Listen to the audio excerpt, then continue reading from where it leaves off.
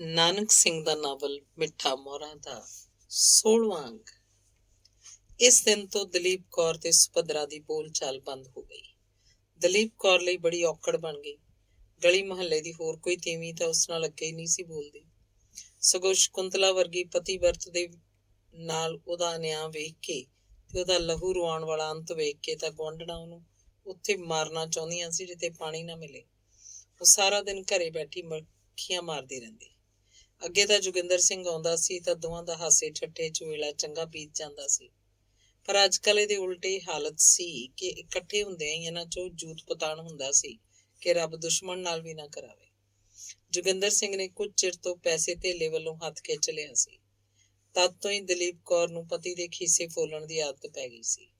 ਰੋਜ਼ ਦੇ ਇਸ ਚੰਦਰੇ ਵਰਤਾਓ ਤੋਂ ਜੋਗਿੰਦਰ ਸਿੰਘ ਤੰਗ ਆ ਗਿਆ। ਰਾਤ ਨੂੰ ਜੋ ਕੁਝ ਉਹਦੇ ਖੀਸੇ ਚ ਹੁੰਦਾ ਵੱਡੇ ਵੇਲੇ ਉਡੰਤ ਹੁੰਦਾ ਸੀ। ਜੋਗਿੰਦਰ ਸਿੰਘ ਬਥੇਰਾ ਖਪਦਾ ਖਿੱਚਦਾ ਗਾਲ ਮੰਦਾ ਕੱਢਦਾ, ਇੱਥੋਂ ਤੱਕ ਕਿ ਮਾਰ ਕੇ ਵੀ ਉਹਦੇ ਹੱਥ ਥੱਕ ਗਏ। ਪਰ ਦਲੀਪ ਕੌਰ ਵੀ ਮੂੰਹੋਂ ਲੱਥੀ ਲੋਈ ਤੇ ਕੀ ਕਰੇਗਾ, ਕੋਈ ਵਾਲੀ ਗੱਲ। ਮਾਰ ਖਾ ਕੇ ਢੀਠ ਹੋ ਗਈ ਸੀ। ਜੋਗਿੰਦਰ ਸਿੰਘ ਸਾਰੇ ਯਤਨ ਕਰ ਕਰਕੇ ਹਾਰ ਗਿਆ, ਪਰ ਦਲੀਪ ਕੌਰ ਆਪਣੀ ਆਦਤ ਤੋਂ ਬਾਜ਼ ਨਾ ਆਈ। ਨਾਲੇ ਉਹਨੇ ਆਪ ਹੀ ਪਹਿਲਾਂ ਉਹਨੂੰ ਖੁੱਲਾ ਖਾਣ ਦੀ ਆਦਤ ਪਾਈ ਸੀ ਤੇ ਹੁਣ ਇੱਕਦਮ ਉਹਨੇ ਹੱਥ ਸੰਕੋਚ ਲਿਆ। ਅੰਤ ਕੱਟਿਆਂ ਨੇ ਵੱਟੇ ਤਾਂ ਨਹੀਂ ਸੀ ਚੁੰਘਣੇ। ਜੋਗਿੰਦਰ ਸਿੰਘ ਨੇ ਹਾਰ ਕੇ ਪੈਸੇ ਜੇਬ 'ਚ ਰੱਖਣੇ ਹੀ ਛੱਡ ਦਿੱਤੇ। ਦਲੀਪ ਕੌਰ ਦਾ ਇਹ ਰਾਹ ਵੀ ਬੰਦ ਹੋ ਗਿਆ। ਅਖੀਰ ਉਹਨੇ ਸੋਚ ਕੇ ਕਿ ਬੁੱਲਾਂ ਤੇ ਜੀਭ ਫੇਰ ਕੇ ਥੁੱਕਦਾ ਹੀ ਘੱਟ ਹੈ, ਨੌਕਰ ਦੀ ਰਾਹੀਂ ਘਰ ਦੀਆਂ ਚੀਜ਼ਾਂ ਤੇ ਨਿੱਕੇ ਮੋਟੇ ਗਹਿਣੇ ਵੇਚਣੇ ਸ਼ੁਰੂ ਕਰ ਦਿੱਤੇ। ਇੱਕ ਦਿਨ ਦੀ ਗੱਲ ਹੈ, ਜੋਗਿੰਦਰ ਸਿੰਘ ਨੇ ਵੱਡੇ ਵੇਲੇ ਦਫ਼ਤਰ ਜਾਣ ਤੋਂ ਪਹਿਲਾਂ ਘੜੀ ਵੇਖਣ ਲਈ ਜੇਬ 'ਚ ਹੱਥ ਪਾਇਆ ਤਾਂ ਘੜੀ ਦਾ ਪਤਾ ਨਹੀਂ ਸੀ। ਕੋਟ ਦੀ ਜੇਬ ਉਲਟਾ ਕੇ ਵੇਖੀ ਤਾਂ ਕਿਤੇ ਡਿੱਗ ਨਾ ਪਈ ਹੋਵੇ। ਇਹ ਸੋਚ ਕੇ ਉਹਨੇ ਸਾਰਾ ਅੰਦਰ ਬਾਹਰ ਫੋਲ ਮਾਰਿਆ, ਪਰ ਘੜੀ ਹੋਵੇ ਤਾਂ ਲੱਭੇ। ਉਹਨੂੰ ਗੁਮਾਨ ਵੀ ਨਹੀਂ ਸੀ ਕਿ ਇਹ ਵੀ ਦਲੀਪ ਕੌਰ ਦਾ ਕੰਮ ਹੈ। ਇੱਕ ਹੋਰ ਘੜੀ ਜੋ ਕਿੰਨੇ ਚਿਰਾਂ ਦੀ ਵਿਗੜੀ ਹੋਈ ਸੀ ਲੈ ਕੇ ਜੋਗਿੰਦਰ ਸਿੰਘ ਘੜੀ ਸਾਜ਼ ਦੀ ਹੱਟੀ ਤੇ ਬਣਵਾਉਣ ਲਈ ਗਿਆ। ਉਹਨੇ ਡਿੱਠਾ ਕਿ ਘੜੀ ਸਾਜ਼ ਗਾਹਕ ਨਾਲ ਇੱਕ ਘੜੀ ਦਾ ਮੁੱਲ ਠਹਿਰਾ ਰਿਹਾ ਹੈ। ਇਹ ਉਹੀ ਜੋਗਿੰਦਰ ਸਿੰਘ ਵਾਲੀ ਘੜੀ ਸੀ। ਉਹਨੇ ਜਾਂਦਿਆਂ ਹੀ ਘੜੀ ਗਾਹਕ ਦੇ ਹੱਥੋਂ ਫੜ ਲਈ। ਉਹਨੂੰ ਉਲਟ ਪੁਲਟ ਕੇ ਇੱਕ ਦੋ ਵਾਰੀ ਵੇਖਿਆ ਤੇ ਫਿਰ ਤੈਸ਼ ਚ ਆ ਕੇ ਉਹਨੇ ਘੜੀ ਸਾਜ਼ ਤੋਂ ਪੁੱਛਿਆ, ਘੜੀ ਕਿੱਥੋਂ ਆਈ? ਘੜੀ ਸਾਜ਼ ਕੰਬ ਗਿਆ। ਉਹ ਸਮਝ ਗਿਆ ਕਿ ਘੜੀ ਦਾ ਮਾਲਕ ਆ ਗਿਆ, ਪਰ ਹੈ ਸੀ ਕੱਚਾ। ਝੱਟ ਗਿੜਗਿੜਾ ਕੇ ਜੋਗਿੰਦਰ ਸਿੰਘ ਦੇ ਪੈਰਾਂ ਤੇ ਡਿੱਗ ਪਿਆ ਤੇ ਹੱਥ ਜੋੜ ਕੇ ਕਹਿਣ ਲੱਗਾ, ਸਰਦਾਰ ਜੀ ਮੈਨੂੰ ਮਾਫ਼ ਕਰੋ, ਇਹ ਜੇ ਹੁਣੇ ਹੀ ਮੈਂ ਇੱਕ ਆਦਮੀ ਪਾਸੋਂ ਲਈ ਹੈ। ਜੋਗਿੰਦਰ ਸਿੰਘ ਗੱਲ ਨੂੰ ਹੋਰ ਵਧਾਉਣਾ ਚਾਹੁੰਦਾ ਸੀ, ਪਰ ਆਂਢ ਗੁਆਂਢ ਦੇ ਦੁਕਾਨਦਾਰਾਂ ਨੂੰ ਜਦ ਪਤਾ ਲੱਗਾ ਕਿ ਘੜੀ ਇਹਦੀ ਹੈ ਤੇ ਇਹਦਾ ਨੌਕਰ ਹੀ ਵੇਚ ਗਿਆ ਤਾਂ ਉਹਨਾਂ ਘੜੀ ਉਹਦੇ ਹਵਾਲੇ ਕਰਕੇ ਤੇ ਮਿੰਨਤ ਤਰਲਾ ਕਰਕੇ ਘੜੀ ਸਾਜ਼ ਦੀ ਖਲਾਸੀ ਕਰਾਈ। ਜੋਗਿੰਦਰ ਸਿੰਘ ਦਾ ਅਜੇ ਵੀ ਖਿਆਲ ਸੀ ਕਿ ਕਾਰਸਤਾਨੀ ਨੌਕਰ ਦੀ ਹੈ। ਦਲੀਪ ਕੌਰ ਬਾਰੇ ਉਹਨੂੰ ਕੋਈ ਸ਼ੱਕ ਸ਼ੁਬਾ ਨਹੀਂ ਸੀ।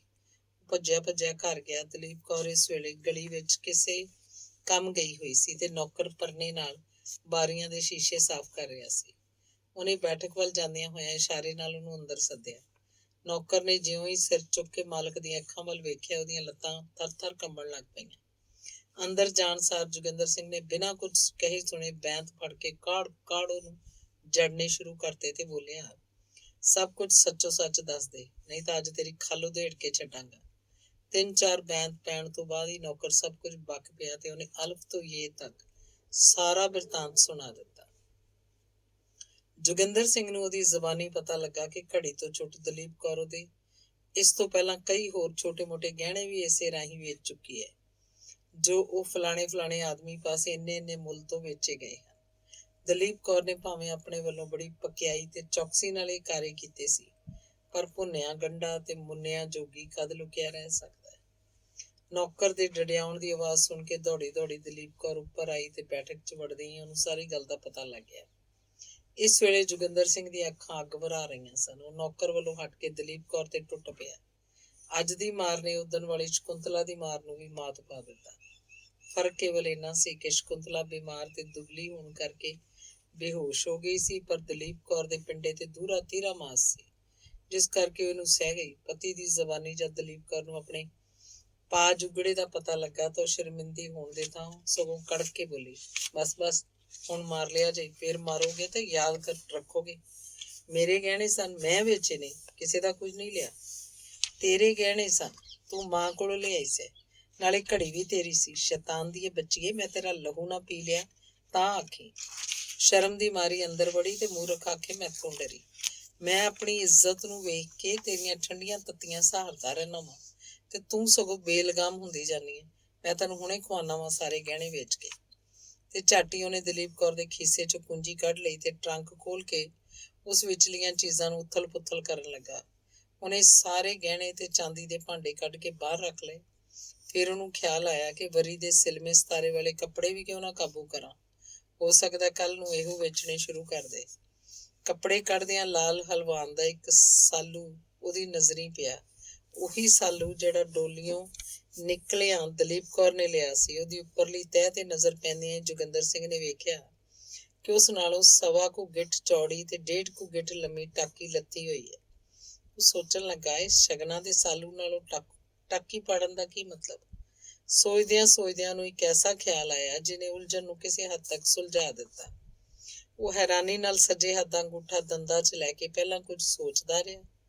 ਫਿਰ ਇਸ ਤਰ੍ਹਾਂ ਬੜਵਾਏ ਹੰਬਲਾ ਮਾਰ ਕੇ ਅਲਮਾਰੀ ਵੱਲ ਵਧਿਆ ਜੀਕਣ ਕੋਈ ਭੱਜਦੇ ਚੋਰ ਦੇ ਮਗਰ ਨੱਸਦਾ ਹੈ। ਅਲਮਾਰੀ ਦੀ ਤਾਕੀ ਖੋਲ ਕੇ ਉਹ ਇੰਨੀ ਕਾਹਲੀ ਨਾਲ ਉਸ ਵਿਚਲੀਆਂ ਚੀਜ਼ਾਂ ਨੂੰ ਫਰੋਲਣ ਲੱਗਾ ਮਾਨੋ ਉਹਦੀ ਕੋਈ ਹੀਰੇ ਵਾਲੀ ਮੁੰਦਰੀ ਗੁਆਚ ਗਈ ਹੈ। ਉਹਨੇ ਨੁੱਕਰ ਵਿੱਚ ਪਏ ਹੋਏ ਇੱਕ ਟੀਨ ਦੇ ਡੱਬੇ ਦਾ ਢੱਕਣ ਖੋਲਿਆ ਤੇ ਉਸ ਵਿੱਚ ਉਹੀ ਲਾਲ ਟਾਕੀ 'ਚ ਵੱਜੀ ਹੋਈ ਪੋਟਲੀ ਕੱਢੀ। ਛੇਤੀ ਕੰਬਦੇ ਹੱਥਾਂ ਨਾਲ ਉਹਨੇ ਪੋਟਲੀ ਵਿਚਲੀਆਂ ਚੀਜ਼ਾਂ ਖੋਲ ਕੇ ਭੁੰਜੇ ਸੁੱਟਤੀਆਂ। ਉਹ ਲੀਰ ਲੈ ਕੇ ਉਹਨੂੰ ਦੋਹਾਂ ਹੱਥਾਂ ਨਾਲ ਖਿੱਚ ਕੇ ਵੱਟ ਕੱਢਦਾ ਹੋਇਆ ਟਰੰਕ ਪਾਸ ਲੈ ਆਇਆ ਤੇ ਉਹਨੂੰ ਸਾਲੂ ਦੇ ਉਸ ਕੋਨੇ ਤੇ ਵਿਛਾ ਦਿੱਤਾ। ਇਹ ਇਸੇ ਸਾਲੂ ਨਾਲੋਂ ਤੇ ਇਸੇ ਥਾਂ ਤੋਂ ਪਾਟੀ ਹੋਈ ਸੀ। ਜੋਗਿੰਦਰ ਸਿੰਘ ਨੂੰ ਵੱਢੋ ਤਾਂ ਲਹੂ ਨਹੀਂ ਸੀ। ਉਹਦੀ ਹਾਲਤ ਇਸ ਵੇਲੇ ਉਸ ਸ਼ਾਹੂਕਾਰ ਵਰਗੀ ਸੀ ਜਿਹੜਾ ਆਪਣੇ ਗੁਮਾਸ਼ਤੇ ਦਾ ਇੱਕ ਭਾਰੀ ਗਬਨ ਵੇਖ ਕੇ ਗੁੱਸੇ ਦੇ ਸ਼ੌਕ ਨਾਲ ਤੜਪ ਰਿਹਾ ਹੋਵੇ, ਪਰ ਝੱਟ ਹੀ ਉੱਤੋਂ ਉਹਨੂੰ ਇਹ ਖਬਰ ਲਿਆ ਸੁਣਾਵੇ ਕਿ ਉਹਦੇ ਗੁਮਾਸ਼ਤੇ ਨੇ ਕੇਵਲ ਗਬਨ ਹੀ ਨਹੀਂ ਕੀਤਾ ਬਲਕਿ ਉਹਦੀ ਆਲੀਸ਼ਾਨ ਹੱਟੀ ਨੂੰ ਵੀ ਅੱਗ ਲਾ ਕੇ ਸਾੜ ਗਿਆ। ਉਹ ਮੱਥਾ ਫੜ ਕੇ ਬੈਠ ਗਿਆ ਤੇ ਇੱਕ ਭਿਆਨਕ ਆਵਾਜ਼, ਹਾਏ ਮੇਰੇ ਰੱਬਾ, ਦੇ ਨਾਲ ਹੀ ਉਹਦੇ ਮੂੰਹੋਂ ਇਹ ਸ਼ਬਦ ਨਿਕਲਿਆ, ਉਹ ਪਰਮਾਤਮਾ ਹੈ, ਮੈਂ ਕੀ ਵੇਖ ਰਿਹਾ। ਦਲੀਪ ਕੌਰ ਨੂੰ ਮਾਰਨ ਦਾ, ਚੋਰੀ ਗਈਆਂ ਚੀਜ਼ਾਂ ਦਾ ਤੇ ਨੌਕਰ ਦੀ ਨਮਕ ਹਰਾਮੀ ਦਾ ਖਿਆਲ ਉਹਦੇ ਦਿਲੋਂ ਇੱਕਦਮ ਜਾਂਦਾ ਰਿਹਾ। ਉਹਨੇ ਮੱਥੇ ਤੇ ਇੱਕ ਹੋਰ ਜ਼ੋਰਦਾਰ ਦੁਹੱਥੜ ਮਾਰਿਆ ਤੇ ਫਿਰ ਹਾਏ ਸ਼ਕੁੰਤਲਾ ਕਹਿ ਕੇ ਉੱਠ ਕੇ ਕਮਰੇ 'ਚ ਇਸ ਤਰ੍ਹਾਂ ਦੌੜਨ ਲੱਗ ਪਿਆ ਮਾਨੋ ਗਰਕ ਹੋਣ ਲਈ ਧਰਤੀ 'ਚ ਤੇੜ ਲੱਭ ਰਿਹਾ। ਫਿਰ ਉਹਨੇ ਦੋਵੇਂ ਮੁੱਕੀਆਂ ਵੱਟ ਕੇ ਅੱਖਾਂ 'ਚ ਦਿੰਦਿਆਂ ਫਿਰ ਮੇਜ਼ ਤੇ ਜ਼ੋਰ ਦੀ ਮਾਰਦਿਆਂ ਹੋਇਆ ਇੱਕ ਕੱਸੀਸ ਵੱਟ ਕੇ ਤੇ ਸਿਰ ਝੰਜੋੜ ਕੇ ਕਿਹਾ, ਓਏ ਉਹ ਦਲੀਪ ਕੌਰੇ, ਤੇਰਾ ਸਤਿਆਨਾਸ। ਜਿਸ ਵੇਲੇ ਕੋਈ ਵੀ ਚੀਜ਼ ਹੱਦੋਂ ਵੱਧ ਜਾਏ ਫਿਰ ਉਹਦਾ ਪ੍ਰਭਾਵ ਘਟਣਾ ਸ਼ੁਰੂ ਹੋ ਜਾਂਦਾ। ਜੋਗਿੰਦਰ ਸਿੰਘ ਨੂੰ ਜਦ ਇਹ ਪਤਾ ਲੱਗਾ ਕਿ ਉਹਦੀਆਂ ਬੇੜੀਆਂ 'ਚ ਵੱਟੇ ਪਾਉਣ ਵਾਲੀ ਉਹਦੀ ਧਰਮ ਮੂਰਤ, ਸ਼ਕੁੰਤਲਾ ਲਈ ਰੱਸੇ ਪੈੜੇ ਵੱਟਣ ਵਾਲੀ ਤੇ ਉਹਦੇ ਸਾਰੇ ਸੁੱਖਾਂ ਨੂੰ ਨਸ਼ਟ ਕਰਨ ਵਾਲੀ ਦਲੀਪ ਕੌਰ ਹੀ ਹੈ, ਤਾਂ ਉਹਦਾ ਕ੍ਰੋਧ ਹੱਦ ਤੋਂ ਗਾਂਹ ਲੰਘ ਕੇ ਕਿਸੇ ਹੋਰ ਸ਼ਕਲ 'ਚ ਬਦਲ ਗਿਆ।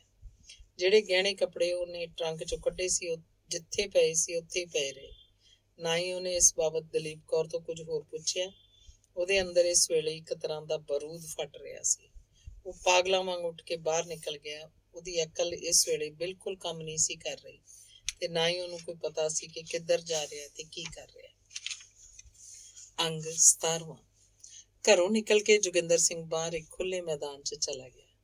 ਉਹਨੂੰ ਇਉਂ ਮਾਲੂਮ ਹੁੰਦਾ ਸੀ ਜਿਕਣ ਉਹਦੇ ਹਰ ਪਾਸੇ ਅੱਗ ਦੇ ਅਲੰਬੇ ਉੱਠ ਕੇ ਆਕਾਸ਼ ਨੂੰ ਛੋਹ ਰਹੇ ਹੋਣ ਤੇ ਉਹਦਾ ਸਰੀਰ ਇਸ ਵੇਲੇ ਅੱਗ ਵਿੱਚ ਝੁਲਸਦਾ ਜਾ ਰਿਹਾ। ਕਿਸੇ ਵੇਲੇ ਉਹਨੂੰ ਖਿਆਲ ਆਉਂਦਾ, ਰੱਬ ਕਰੇ ਮੈਂ ਇਹ ਸਭ ਕੁਝ ਸੁਪਨੇ 'ਚ ਹੀ ਵੇਖ ਰਿਹਾ ਹਾਂ।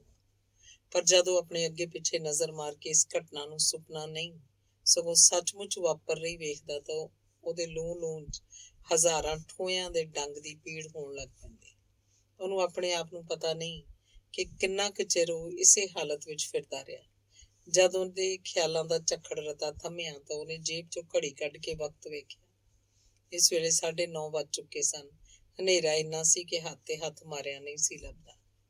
ਉਹਦਾ ਦਿਲ ਦਿਮਾਗ ਰਹਿ ਕੇ ਅੱਜ ਦੀ ਘਟਨਾ ਬਾਰੇ ਕਹਿ ਰਿਹਾ ਸੀ ਕਿ ਘਟਨਾ ਹੋਈ ਹੀ ਨਹੀਂ, ਪਰ ਇਹਦੇ ਨਾਲ ਹੀ ਜਦ ਉਹਦੀ ਗਿਆਨ ਸ਼ਕਤੀ ਇਹਨੂੰ ਉਹਦੀ ਹੋਂਦ ਦਾ ਭਰੋਸਾ ਦਵਾ ਦਿੰਦੀ ਤਾਂ ਉਹਦੇ ਸਾਹਮਣੇ ਇੱਕ ਡਰਾਉਣੀ ਜਿਹੀ ਮੂਰਤ ਆ ਜਾਂਦੀ।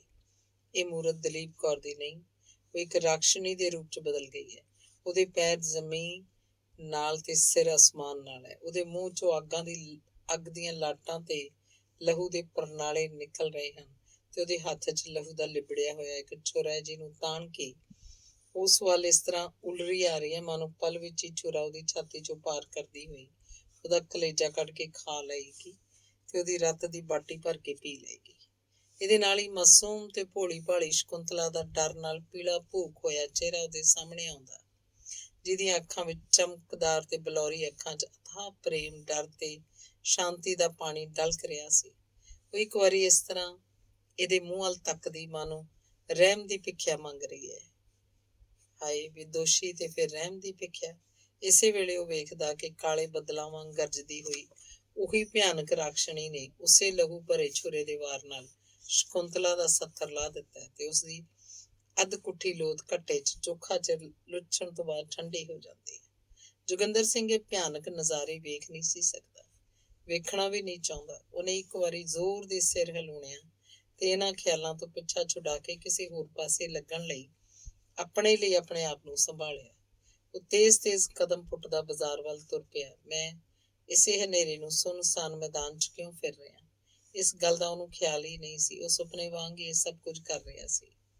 ਬਾਜ਼ਾਰ ਪਹੁੰਚ ਕੇ ਉਹਨੇ ਇੱਕ ਵਧੀਆ ਛੁਰਾ ਖਰੀਦਿਆ, ਫਿਰ ਛੇਤੀ ਘਰ ਵੱਲ ਮੁੜਿਆ। ਕੁਝ ਕਦਮ ਅਗਾਂਹ ਜਾ ਕੇ ਉਹ ਫਿਰ ਪਿੱਛੇ ਮੁੜ ਪਿਆ। ਕਿੱਧਰ ਮੁੜਿਆ ਇਸ ਗੱਲ ਦਾ ਉਹਨੂੰ ਕੋਈ ਪਤਾ ਨਹੀਂ ਸੀ। ਇਸ ਤੋਂ ਥੋੜੇ ਚਿਰ ਬਾਅਦ ਉਹਨੇ ਆਪਣੇ ਆਪ ਨੂੰ ਫਿਰ ਉਸੇ ਮੈਦਾਨ 'ਚ ਇੱਕ ਬੈਂਚ ਤੇ ਬੈਠਾ ਵੇਖਿਆ। ਉਹਨੇ ਕੋਟ ਦੀ ਜੇਬ ਟੋਈ, ਉਹ ਭਾਰੀ ਭਾਰੀ ਸੀ। ਹੱਥ ਪਾ ਕੇ ਉਸ ਵਿਚਲੀ ਚੀਜ਼ ਬਾਹਰ ਕੱਢ ਕੇ ਉਹਨੂੰ ਅੱਖਾਂ ਅੱਗੇ ਲਿਜਾ ਕੇ ਵੇਖਣ ਲੱਗਾ।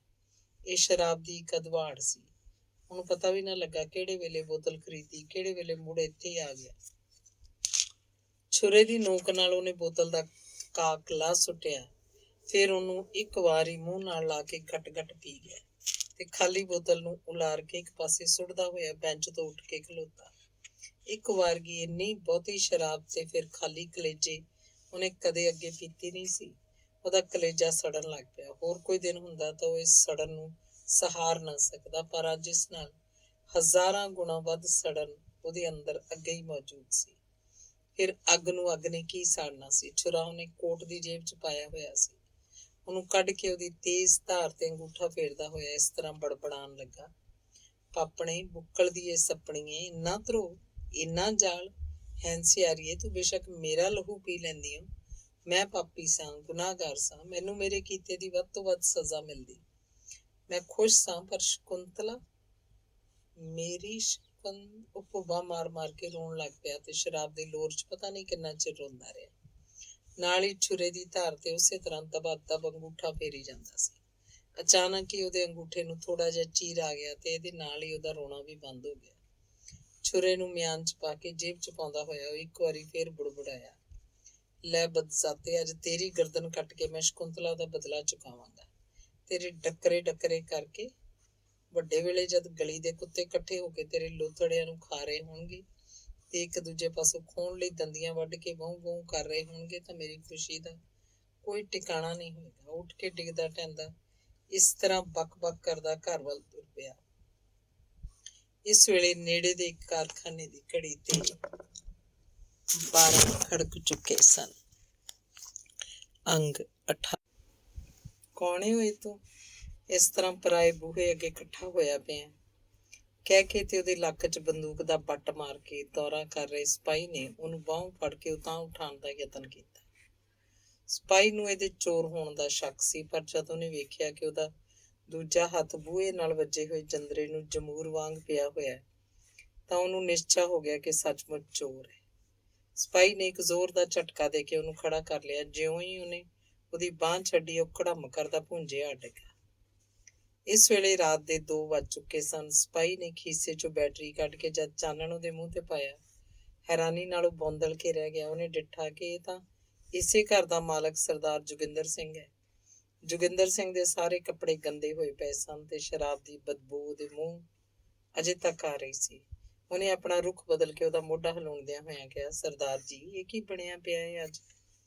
ਜੋਗਿੰਦਰ ਸਿੰਘ ਦੇ ਮੂੰਹੋਂ ਭੱਜੇ ਟੁੱਟੇ ਸ਼ਬਦਾਂ 'ਚ ਨਿਕਲਿਆ, ਕਿੱਥੇ ਗਈ ਹਰਾਮਜ਼ਾਦੀ, ਲਿਆਓ, ਫੜ ਕੇ ਨਿਕਲ ਗਈ। ਸੰਤਰੀ ਮਾਮਲੇ ਨੂੰ ਲਗਭਗ ਸਮਝ ਗਿਆ। ਉਹਨੇ ਗੁਆਂਢ ਦੇ 4-5 ਆਦਮੀਆਂ ਨੂੰ ਜਗਾ ਲਿਆਂਦਾ ਤੇ ਉਹਨਾਂ ਆ ਕੇ ਜੋਗਿੰਦਰ ਸਿੰਘ ਦਾ ਹਾਲ ਦੇਖਿਆ ਤਾਂ ਹੱਕੇ ਬੱਕੇ ਹੋ ਗਏ। ਉਹਨਾਂ ਬਥੇਰੀਆਂ ਆਵਾਜ਼ਾਂ ਦਿੱਤੀਆਂ, ਪਰ ਜੋਗਿੰਦਰ ਸਿੰਘ ਦੇ ਮੂੰਹੋਂ ਕੋਈ ਗੱਲ ਨਾ ਨਿਕਲੀ। ਸਾਰੇ ਸੋਚਣ ਲੱਗੇ ਹੁਣ ਕੀ ਕਰੀਏ। ਉਹ ਸਮਝ ਗਏ ਕਿ ਦਲੀਪ ਕੌਰ ਨੂੰ ਕੱਲ ਇਹਨੇ ਕੁੱਟਿਆ ਸੀ, ਇਸ ਕਰਕੇ ਗੁੱਸੇ ਰਾਜ਼ੀ ਹੋ ਕੇ ਪੇਕੇ ਚਲੀ ਗਈ ਹੋਏਗੀ ਤੇ ਭੋਂਦੂ ਅੱਜ ਆਪਣੇ ਆਪ ਨੂੰ ਆਜ਼ਾਦ ਵੇਖ ਕੇ ਸ਼ਰਾਬਖਾਨੇ ਜਾ ਵੜਿਆ ਹੋਏਗਾ। ਉਹਨਾਂ ਗਲੀ ਦੇ ਚੌਧਰੀ ਨੂੰ ਵੀ ਸੱਦ ਲਿਆਂਦਾ। ਉਹਦੀ ਜੇਬ ਚੋਂ ਕੁੰਜੀਆਂ ਢੂੰਡਣ ਲੱਗੇ, ਪਰ ਸਿਪਾਹੀ ਨੇ ਜਿਹੜੇ ਸ਼ਬਦ ਉਹਦੇ ਮੂੰਹ ਸੁਣੇ ਸਨ ਉਹਨਾਂ ਦਾ ਭਾਵ ਦੱਸਦਿਆਂ ਕਿਹਾ ਕਿ ਕੁੰਜੀ ਇਸ ਪਾਸ ਨਹੀਂ, ਇਹਦੀ ਘਰ ਵਾਲੀ ਪਿੱਛੋਂ ਹੀ ਜੰਦਰਾ ਮਾਰ ਕੇ ਕਿਤੇ ਚਲੀ ਗਈ ਹੈ। ਅਖੀਰ ਸਾਰਿਆਂ ਦੀ ਸਲਾਹ ਨਾਲ ਜੰਦਰਾ ਤੋੜਿਆ ਗਿਆ ਤੇ ਉਹਨੂੰ ਉੱਪਰ ਲੈ ਜਾ ਕੇ ਮੰਜੇ ਤੇ ਲਟਾ ਦਿੱਤਾ ਗਿਆ। ਜੋਗਿੰਦਰ ਸਿੰਘ ਨੂੰ ਪ੍ਰਭਾਤ ਵੇਲੇ 4 ਵਜੇ ਤ੍ਰੇਹ ਲੱਗੀ। ਪਿਆਈ ਦਲੀਪ ਕੌਰੇ ਪਾਣੀ ਦੇਈ ਕਹਿ ਕੇ ਆਵਾਜ਼ਾਂ ਦੇਣ ਲੱਗਾ, ਪਰ ਦਲੀਪ ਕੌਰ ਕਿੱਥੇ ਸੀ। ਉਹਨੇ ਪਾਸਾ ਪਰਤ ਕੇ ਉਹਦਾ ਮੰਜਾ ਵੇਖਿਆ ਤਾਂ ਖਾਲੀ ਪਿਆ ਸੀ। ਉਹਨੇ ਸੋਚਿਆ ਸ਼ਾਇਦ ਉੱਠ ਕੇ ਪਾਣੀ ਲੈਣ ਗਈ ਹੈ। ਕੁਝ ਚਿਰ ਉਡੀਕਣ ਤੋਂ ਬਾਅਦ ਉਹ ਫਿਰ ਸੌਂ ਗਿਆ। ਫਿਰ ਘੰਟੇ ਕੁ ਪਿੱਛੋਂ ਤ੍ਰੇਹ ਨਾਲ ਉਹਦਾ ਸੰਗ ਸੁੱਕਣ ਲੱਗਾ। ਉਹਨੇ ਫਿਰ ਆਵਾਜ਼ ਦਿੱਤੀ, ਪਰ ਇਹਦੇ ਨਾਲ ਹੀ ਰਾਤ ਵਾਲੀ ਘਟਨਾ ਦਾ ਉਹਨੂੰ ਕੁਝ ਚੇਤਾ ਆਉਣ ਲੱਗਾ। ਇਸ ਭਿਆਨਕ ਯਾਦ ਨੇ ਇੱਕ ਵਾਰੀ ਉਹਨੂੰ ਕੰਬਾ ਦਿੱਤਾ ਤੇ ਉਹਦਾ ਨਸ਼ਾ ਜਾਂਦਾ ਰਿਹਾ। ਉਹਨੇ ਡਿੱਗਦਿਆਂ ਢਹਿੰਦਿਆਂ ਉੱਠ ਕੇ ਪਾਣੀ ਪੀਤਾ। ਫਿਰ ਦਿਮਾਗ ਤੇ ਸਾਰਾ ਜ਼ੋਰ ਦੇ ਕੇ ਕੱਲ ਦੀ ਘਟਨਾ ਬਾਰੇ ਸੋਚਣ ਲੱਗਾ। ਮੁੱਢ ਤੋਂ ਲੈ ਕੇ ਉਸ ਵੇਲੇ ਤੱਕ ਜਦੋਂ ਸ਼ਰਾਬ ਪੀ ਕੇ ਘਰ ਮੁੜਿਆ ਸੀ, ਸਾਰਾ ਚੇਤਾ ਉਹਨੂੰ ਆ ਗਿਆ, ਪਰ ਉਹ ਘਰ ਕਿਸ ਵੇਲੇ ਤੇ ਕਿੱਕਣ ਆ ਗਿਆ ਤੇ ਦਲੀਪ ਕੌਰ ਕਿੱਥੇ ਗਈ ਇਹ ਪਤਾ ਨਹੀਂ ਸੀ ਲੱਗਦਾ। ਇੰਨੇ ਨੂੰ ਉਹਦੇ ਢਿੱਡ ਨੂੰ ਕਿਸੇ ਚੀਜ਼ ਦੀ ਨੋਕ ਚੁਭੀ। ਉਹਨੇ ਵੇਖਿਆ ਤਾਂ ਇੱਕ ਛੁਰਾ ਸੀ ਜਿਹੜਾ ਅਜੇ ਤੱਕ ਉਹਦੇ ਕੋਟ ਦੇ ਖੀਸੇ 'ਚ ਪਿਆ ਸੀ। ਸਾਰੀ ਗੱਲ ਯਾਦ ਕਰਕੇ ਇੱਕੋ ਵਾਰੀ ਉਹ ਅਧੀਰ ਹੋ ਉੱਠਿਆ। ਦਲੀਪ ਕੌਰ ਕਿੱਥੇ ਚਲੀ ਗਈ? ਇਸ ਗੱਲ ਨੂੰ ਉਹ ਘੜੀ ਮੁੜੀ ਸੋਚ ਰਿਹਾ ਸੀ। ਉਹਨੂੰ ਵੱਢ ਦੇਣ ਦਾ ਰਾਤ ਵਾਲਾ ਜੋਸ਼ ਹੌਲੀ ਹੌਲੀ ਫਿਰ ਉਹਦੇ ਦਿਲ 'ਚ ਭੜਕ ਉੱਠਿਆ। ਉੱਠ ਕੇ ਵੇਖਣ ਕਿ ਉੱਥੇ ਬਰਸਾਤੀ 'ਚ ਨਾ ਸੁੱਤੀ ਪਈ ਹੋਵੇ। ਉੱਪਰ ਜਾਣ ਲੱਗਾ ਤਾਂ ਉਹਦੀ ਨਜ਼ਰ ਉਸੇ ਕੱਲ ਵਾਲੇ ਟਰੰਕ ਤੇ ਪਈ ਜਿਹਦਾ ਜੰਦਰਾ ਇੱਕ ਪਾਸੇ ਪਿਆ ਸੀ।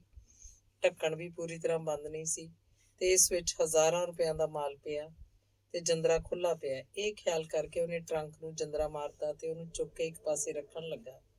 ਚੁੱਕਦਿਆਂ ਹੀ ਉਹਦਾ ਸਿਰ ਚਕਰਾਉਣ ਲੱਗ ਪਿਆ। ਉਹੀ ਟਰੰਕ ਜਿਹਨੂੰ ਕੱਲ ਉਹਨੇ ਬੜੀ ਔਖਿਆਈ ਨਾਲ ਚੁੱਕ ਕੇ ਹੇਠਾਂ ਰੱਖਿਆ ਸੀ, ਹੌਲਾ ਫੁੱਲ ਵਰਗਾ ਸੀ। ਉਹਨੇ ਟਰੰਕ ਖੋਲ ਕੇ ਡਿੱਠਾ ਤਾਂ ਵਿੱਚ ਘਟੀਆ ਜਿਹੇ ਕੁਝ ਕੱਪੜਿਆਂ ਤੇ 10-15 ਕਲੀਰਿਆਂ ਤੋਂ ਬਿਨਾਂ ਹੋਰ ਕੁਝ ਨਹੀਂ ਸੀ। ਦਲੀਪ ਕੌਰ ਦੇ ਚਲੇ ਜਾਣ ਦਾ ਦੁੱਖ ਜੋਗਿੰਦਰ ਸਿੰਘ ਨੂੰ ਜੇ ਕੋਈ ਹੋਇਆ ਤਾਂ ਇਹੋ ਕਿ ਉਹਦੇ ਲਹੂ 'ਚ ਹੱਥ ਨਾ ਰੰਗ ਸਕਿਆ। ਉਹ ਦੋਹਾਂ ਹੱਥਾਂ ਨਾਲ ਮੂੰਹ ਲੁਕਾ ਕੇ ਕੂਹਣੀਆਂ ਗੋਡਿਆਂ ਤੇ ਰੱਖ ਕੇ ਉਸੇ ਟਰੰਕ ਤੇ ਬੈਠਾ ਪਤਾ ਨਹੀਂ ਕਿੰਨਾ ਚਿਰ ਕਿਸੇ ਸੋਚ ਸਾਗਰ 'ਚ ਡੁੱਬਾ ਰਿਹਾ। ਦੂਜੇ ਦਿਨ ਸਾਰੇ ਸ਼ਹਿਰ 'ਚ ਖਬਰ ਧੁੰਮ ਗਈ ਕਿ ਹੇਮਰਾਜ ਤੇ ਦਲੀਪ ਕੌਰ ਇੱਕੋ ਦਿਨ ਇੱਕੋ ਵੇਲੇ ਗੁੰਮ ਹੋ ਗਏ। ਇਸੇ ਦਿਨ ਤੋਂ ਜੋਗਿੰਦਰ ਸਿੰਘ ਦਾ ਦਿਮਾਗ ਫਿਰ ਗਿਆ। ਉਹਨੇ ਦਫ਼ਤਰ ਜਾਣਾ ਵੀ ਛੱਡ ਦਿੱਤਾ ਤੇ ਸਾਰਾ ਦਿਨ ਅੰਦਰ ਬੂਹਾ ਮਾਰ ਕੇ ਲੰਮਾ ਪਿਆ ਰਹਿੰਦਾ। ਉਹਦੇ ਕਈ ਯਾਰ ਦੋਸਤ ਆਉਂਦੇ, ਪਰ ਉਹ ਕਿਸੇ ਨੂੰ ਬੂਹਾ ਨਹੀਂ ਸੀ ਖੋਲਦਾ, ਕਿਸੇ ਨਾਲ ਬੋਲਦਾ ਚੱਲਦਾ ਨਹੀਂ ਸੀ। ਕਦੇ ਉਹ ਰਾਤੀ ਸੁੱਤਾ ਉੱਠ ਕੇ ਬਾਹਰ ਉਜਾੜ ਵੱਲ ਨਿਕਲ ਜਾਂਦਾ ਤੇ ਸਾਰੀ ਰਾਤ ਫਿਰਦਿਆਂ ਬਿਤਾ ਛੱਡਦਾ ਸੀ। ਜੋਗਿੰਦਰ ਸਿੰਘ ਨੂੰ ਇਹਨਾਂ ਦਿਨਾਂ 'ਚ ਰਹਿ ਕੇ ਸ਼ਕੁੰਤਲਾ ਦਾ ਚੇਤਾ ਆਉਂਦਾ। ਉਸ ਨਾਲ ਕੀਤੇ ਜ਼ੁਲਮਾਂ ਦੀ ਤਸਵੀਰ ਉਹਦੀਆਂ ਅੱਖਾਂ ਅੱਗੇ ਆਉਂਦੀ ਤੇ ਉਹ ਕਲੇਜਾ ਫੜ ਕੇ ਬੈਠ ਜਾਂਦਾ। ਕਈ ਵੇਰਾਂ ਉਹਦਾ ਜੀਅ ਕਰਦਾ ਕਿ ਸ਼ਕੁੰਤਲਾ ਦੇ ਪੇਕੇ ਜਾ ਕੇ ਪਤਾ ਕਰਾਂ। ਉਹਨੂੰ ਝੱਟ ਹੀ ਸੋਚ ਆਉਂਦੀ, ਨਹੀਂ, ਇਸ ਜਨਮ 'ਚ ਸ਼ਕੁੰਤਲਾ ਨੂੰ ਮੂੰਹ ਨਹੀਂ ਵਿਖਾਵਾਂਗਾ। ਇਹ ਅਪਵਿੱਤਰ ਤੇ ਉਸਦੇ ਲਹੂ ਨਾਲ ਲਿਬੜੇ ਹੋਏ ਹੱਥ ਹੁਣ ਇਸ ਯੋਗ ਨਹੀਂ ਰਹੇ ਕਿ ਉਹਦੇ ਸਰੀਰ ਨੂੰ ਛੋਹ ਸਕਣ। ਬਸ ਮੈਂ ਹੁਣ ਇਸ ਪਾਪ ਦਾ ਪ੍ਰਾਸ਼ਚਿਤ ਕਰਾਂਗਾ। ਉਹਦੀ ਯਾਦ ਨੂੰ ਹੀ ਉਹਦਾ ਰੂਪ ਸਮਝ ਕੇ ਹਿਰਦੇ ਮੰਦਰ ਵਿੱਚ ਬਿਰਾਜਮਾਨ ਕਰਾਂਗਾ ਤੇ ਸਦਾ ਹੀ ਪਛਤਾਵੇ ਦੇ ਅਥਰੂਆਂ ਨਾਲ ਉਹਦੀ ਪ੍ਰਤਿਮਾ ਦੇ ਚਰਨ ਧੋਂਦਾ ਰਹਾਂਗਾ। ਇਸ ਠੋਕਰ ਨੇ ਜੋਗਿੰਦਰ ਸਿੰਘ ਦੇ ਦਿਲ ਦਿਮਾਗ ਤੇ ਗਹਿਰਾ ਅਸਰ ਕੀਤਾ। ਉਹਦੇ ਹੋਸ਼ ਹਵਾਸ ਅੱਧ ਤੋਂ ਵਧੇਕ ਗੁੰਮ ਹੋ ਚੁੱਕੇ ਸਨ।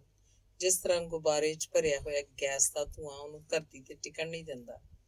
ਉਹ ਤਾਂ ਉਡਾਉਂਦਾ ਤੇ ਇਸੇ ਤਰ੍ਹਾਂ ਜੋਗਿੰਦਰ ਸਿੰਘ ਦੇ ਅੰਦਰ ਕੋਈ ਐਸੀ ਚੀਜ਼ ਵੜ ਗਈ ਜਿਹੜੀ ਉਹਨੂੰ 1 ਮਿੰਟ ਲਈ ਵੀ ਇਸ ਘਰ 'ਚ ਟਿਕਣ ਨਹੀਂ ਸੀ ਦਿੰਦੀ। ਜਦ ਸਾਨੂੰ ਬਾਹਰ ਗਿਆ ਨੂੰ ਕੋਈ ਦੁੱਖ ਦਰਦ ਹੁੰਦਾ ਤਾਂ ਅਸੀਂ ਘਰ ਵੱਲ ਨੱਸਦੇ ਹਾਂ, ਪਰ ਜੇ ਘਰ 'ਚ ਕਿਸੇ ਬਿਪਤਾ ਦੇ ਹੱਥੋਂ ਅਸੀਂ ਘਬਰਾਉਂਦੇ ਹਾਂ ਤਾਂ ਬਾਹਰ ਨੂੰ ਨੱਸਦੇ ਹਾਂ। ਜੋਗਿੰਦਰ ਸਿੰਘ ਦਾ ਦਿਲ ਹਰ ਵੇਲੇ ਇਹੋ ਚਾਹੁੰਦਾ ਸੀ ਕਿ ਉਡਾਰੀ ਮਾਰ ਕੇ ਕਿਤੇ ਉੱਡ ਜਾਵਾਂ, ਐਸੀ ਥਾਂ ਜਿੱਥੇ ਮੈਨੂੰ ਕੋਈ ਨਾ ਜਾਣਦਾ ਹੋਵੇ, ਨਾ ਹੀ ਮੈਂ ਕਿਸੇ ਨੂੰ ਜਾਣਦਾ ਹੋਵਾਂ। ਉਹ ਘਰ ਬੈਠਾ ਹੀ ਜੰਗਲਾਂ, ਪਹਾੜਾਂ, ਥਲਾਂ ਤੇ ਉਜਾੜਾਂ 'ਚ ਆਪਣੇ ਆਪ ਨੂੰ ਭਾਉਂਦਾ ਵੇਖਦਾ ਸੀ। ਇਸ ਬੱਦੋਗਿਰੀ 'ਚ ਉਹਨੇ ਕੁਝ ਦਿਨ ਹੋਰ ਵੀ ਕੱਟੇ, ਪਰ ਉਸੇ ਤਰ੍ਹਾਂ ਜੀਕਣ ਕੋਈ ਭੁੱਲਿਆ ਹੋਇਆ ਰਾਹੀ। ਅੰਤ ਉਸ ਲਈ ਇਹ ਭਾਰ ਚੁੱਕਣਾ ਅਸਹਿ ਹੋ ਗਿਆ ਤੇ ਇੱਕ ਦਿਨ ਉਹਨੇ ਨਿਸ਼ਚਾ ਕੀਤਾ ਕਿ ਅੱਜ ਹੀ ਇਸ ਘਰ ਨੂੰ ਛੱਡ ਦਿਆਂਗਾ। ਉਹ ਅਜੇ ਇਸ ਗੱਲ ਨੂੰ ਸੋਚ ਹੀ ਰਿਹਾ ਸੀ ਕਿ ਚਿੱਠੀ ਰਸਾਇਣ ਨੇ ਇੱਕ ਰਜਿਸਟਰੀ ਲਿਫਾਫਾ ਉਹਨੂੰ ਦਿੱਤਾ।